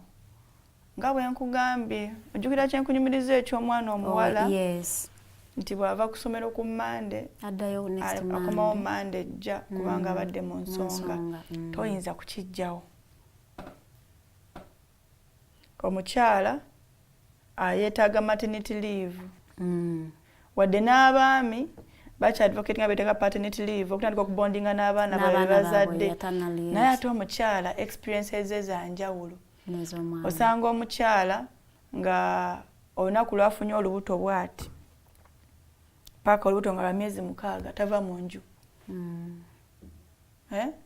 nga tava mu nyumba nosanga omulala ate nga yasigala ali okay nosanga olinga buli kyali akyazza olw'okuba nti ali lubuto oba olw'okuba nti ali mu nsonga so abakyala capabilities zaffe obusobozi bwaffe bufuna okusoomoozebwa olw'ebintu ebigenda mu maaso mu mibiri gyaffe ebyobutonde nga tetulina kye tusobola bikolera kubanga nga bwe nkugambye nti olubuto olw'emyezi 9 buli omu lumuyisanga bwe lwagala nosanga olinga amaze okuzaala nga maybe normally muntu amala okuzaala 6 weeks alina okuddayo okola emirimu gye ate omuntu nakugamba olukendo luntanyeeko omuntu nakugamba benazaala nayisibwa bubi omuntu nakugamba mabere gagaana okujja n'ennemerera okuyonsa kwegamba ebizibu byaffe ebiva ku butonde bwaffe bitufuula era special interest group ng'era tuba tukyetaaga special attention okufiibwako okwenjawulo wadde wano mu kunoonya women emancipation abantu bagamba nti abakyala abaagala mwenkanonkano babeerenga menkana nga basajja nga bakimba kikola nga basajja naye biology obutonde tebutusobozesa ebiseera ebisinga then one would ask why are you advocating for gender equality instead of equity gender nze ng'omuntu mwenkanonkano ze nabalabye abamisikya nabyo advocate for gender equality. We advocate for gender equality as one of the goals of the Sustainable Development Goals. Goal number 5 ya gender equality. Wadde nze ng'omuntu wadde nsinga kukozesa gender equity. Okufuna resources buli omwezi muyamba mu circumstances zenga bwe nkugambye. Kati equity kiyamba buli omu okufuna ekimugasa okusinziira mu circumstances mbeera gyalimu. Naye nga kyemmanyi nti the people behind the term gender equality baagala kulaba nti abo abakigunjawo ekigambo gender equality baagala kulaba nti we have equal opportunity. Nti emikisa egiweebwa omukyala giri gimu negiweebwa omwami. Tukyayisibwa nnyo mu mbeera egamba oyo omukazi tajja kukola kino because luguudo omuntu ng'avuga emmotoka nagamba era mukazi kati nange nnyina omuze naye abantu tebantwala bubi abasajja tebantwala bubi obeera ng'ovuga olaba omuntu akoze ekikyamu nogamba era musajja you were a driver. Rough drivers are men. Kubanga bateekawo eyo embeera eraga nti era omukazi tasobola kino era oyo omukazi aba tasobola butakola eyo mistake. Naye ate nga si bwe kiri abakyala tubalabye abazimbi so nti baayagala kujjawo eyo discrimination eri abakyala because of their gender. Kuba wa mukisa gwenkanankana. Actually gender equality is mostly about the equality in opportunity. Omukisa ogwenkanankana nti oli munnamawulire nono munnamawulire mwami musobola okuba n'omukisa ogwenkanankana nti osobola okutuula mu maaso ga TV noli asobola okutuula mu maaso tongamba mbu gwe togenda mu field because oli mukazi bagenda kukuba kibooko omusajja yabagenda naye kati tubaleyo abakyala nga bagenda ne bagasaka byambi nti bakubirwayo n'abaami bakubwa so kati omuntu bulwanga alina opportunity ereeta ebintu bingi omuntu kasi omuwa omukisa leveled ground okubeera nga asobola okulaga obusobozi bwe asobola okufuuka ebintu bingi. Abakyala bangi betulabye nga bankizo nnyo ne mu history y'ensi eno ne mu history ya empeno mu history ya semazinga yaffe eno Africa ne mu history y'eggwanga lyaffe lino nga abakyala kwegamba bataddewo fight ey'enjawulo ne batereza embeera z'abantu baabwe oba oliawo ne bakulembera n'abaami mu kutereza embeera z'obulamu bwabwe. Bwe tunuulira ensonga ya gender equity gender equality ndowooza omukulembeze w'eggwanga Uganda His Excellency Yoweri Kaguta Museveni akiteeseemu amaanyi nti okay equal opportunities. I am having a vice president who is a woman. Let's have a prime minister who is a woman. Let's have a speaker who is a woman. Let's have a minister for education who is a woman, even though we still have abana ab'obuwala bangi nga they're not benefiting. mu education system ya Uganda. Tujja kubanga tuwunzikira wano show yaffe y'olunaku lwa leero era nga njagala Madam Nakandi before she says her last remarks atuweeyo akatalekeka like that ekintu ekiri very important you want bana Kampala bakwate oba bakimanye before nga tetunnasiibula abatulabye olunaku lwa leero. Neyanzege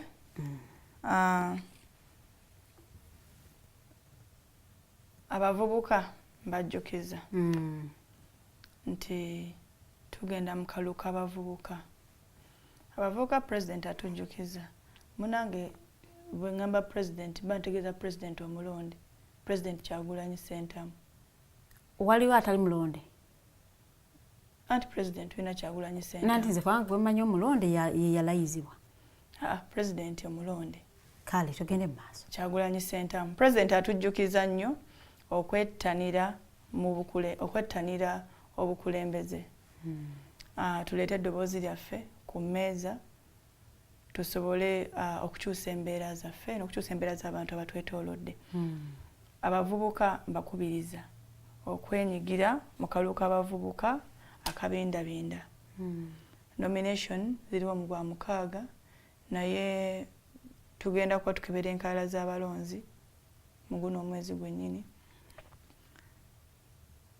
Kwegamba tulina okufuna interest mu kalulu kano okuva ku buli kyalo. Ngenda kuba nkolagana ne bakulembeze bannange mu kibiina ne mu bitundu byammwe. Yes. Ne bitundu abantu gye bawangaalira. Tubeere nga tukunga abavubuka okwetereeza okubeera nga benyigira mu process eno. Nakusuubiza nti emiruka gya Kampala gyonna division za Kampala 5 wamu ne Kampala nga city oba district. Yes. Obukulembeze bugenda kuba National Unity Platform. Yes, bwe wakyogedde nze ninze kukuleeta ano ng'akalulu kawedde mbikujjukize nange. Tugenda kubuwangula obwo kubanga tuli beteefuteefu. Kati ekirala kyenjagala okukubiriza abazadde. Abazadde waliwo ensonga ennume ennyo era bwe nfuna chance njogerako. Lwaki tulina ekizibu ky'abaana betugamba ba teenage mothers abasinga abeera yafuna olubuto olusooka nga muto omuzadde n'amuwaayo afumbirwe.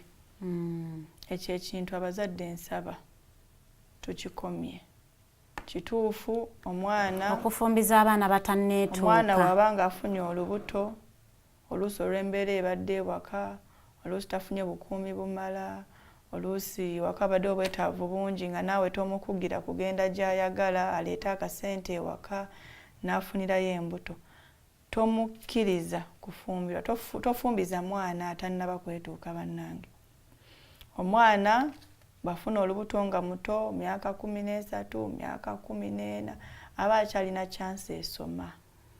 Babanga amaze okuzaala muzzeeyo mu ssomero. Omwana obonamu chance ey'okubiri ebiseera ebisinga tukirabyeko ajja kwetereeza. Naye bw'ogamba nti omwana agenda afumbirwe olw'okuba akoze ensobi eyo esoose ojja kumuleetera okuzaala abaana bangi nnyo ku myaka emito ate akugire byandibadde atuukako ebiseera bye by'omu maaso abyonoone ng'akyali muwala muto.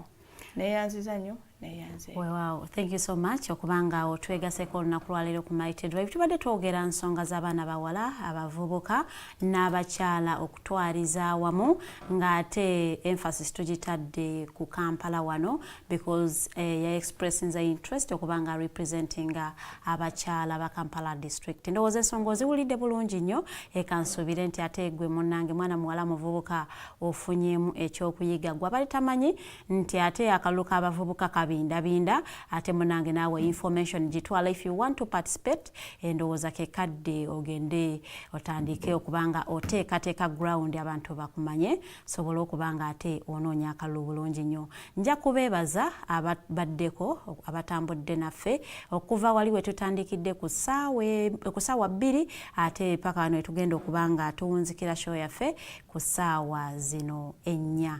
Mubadde balabi balungi nnyo era nja kubanga ate ate mbaagaliza olunaku olulungi. Tusisinkane olunaku olw'enkya essaawa zigenda kubeera 2 nja kuba tutudde ate mu buwangwa n'ennono. Have yourself a good day.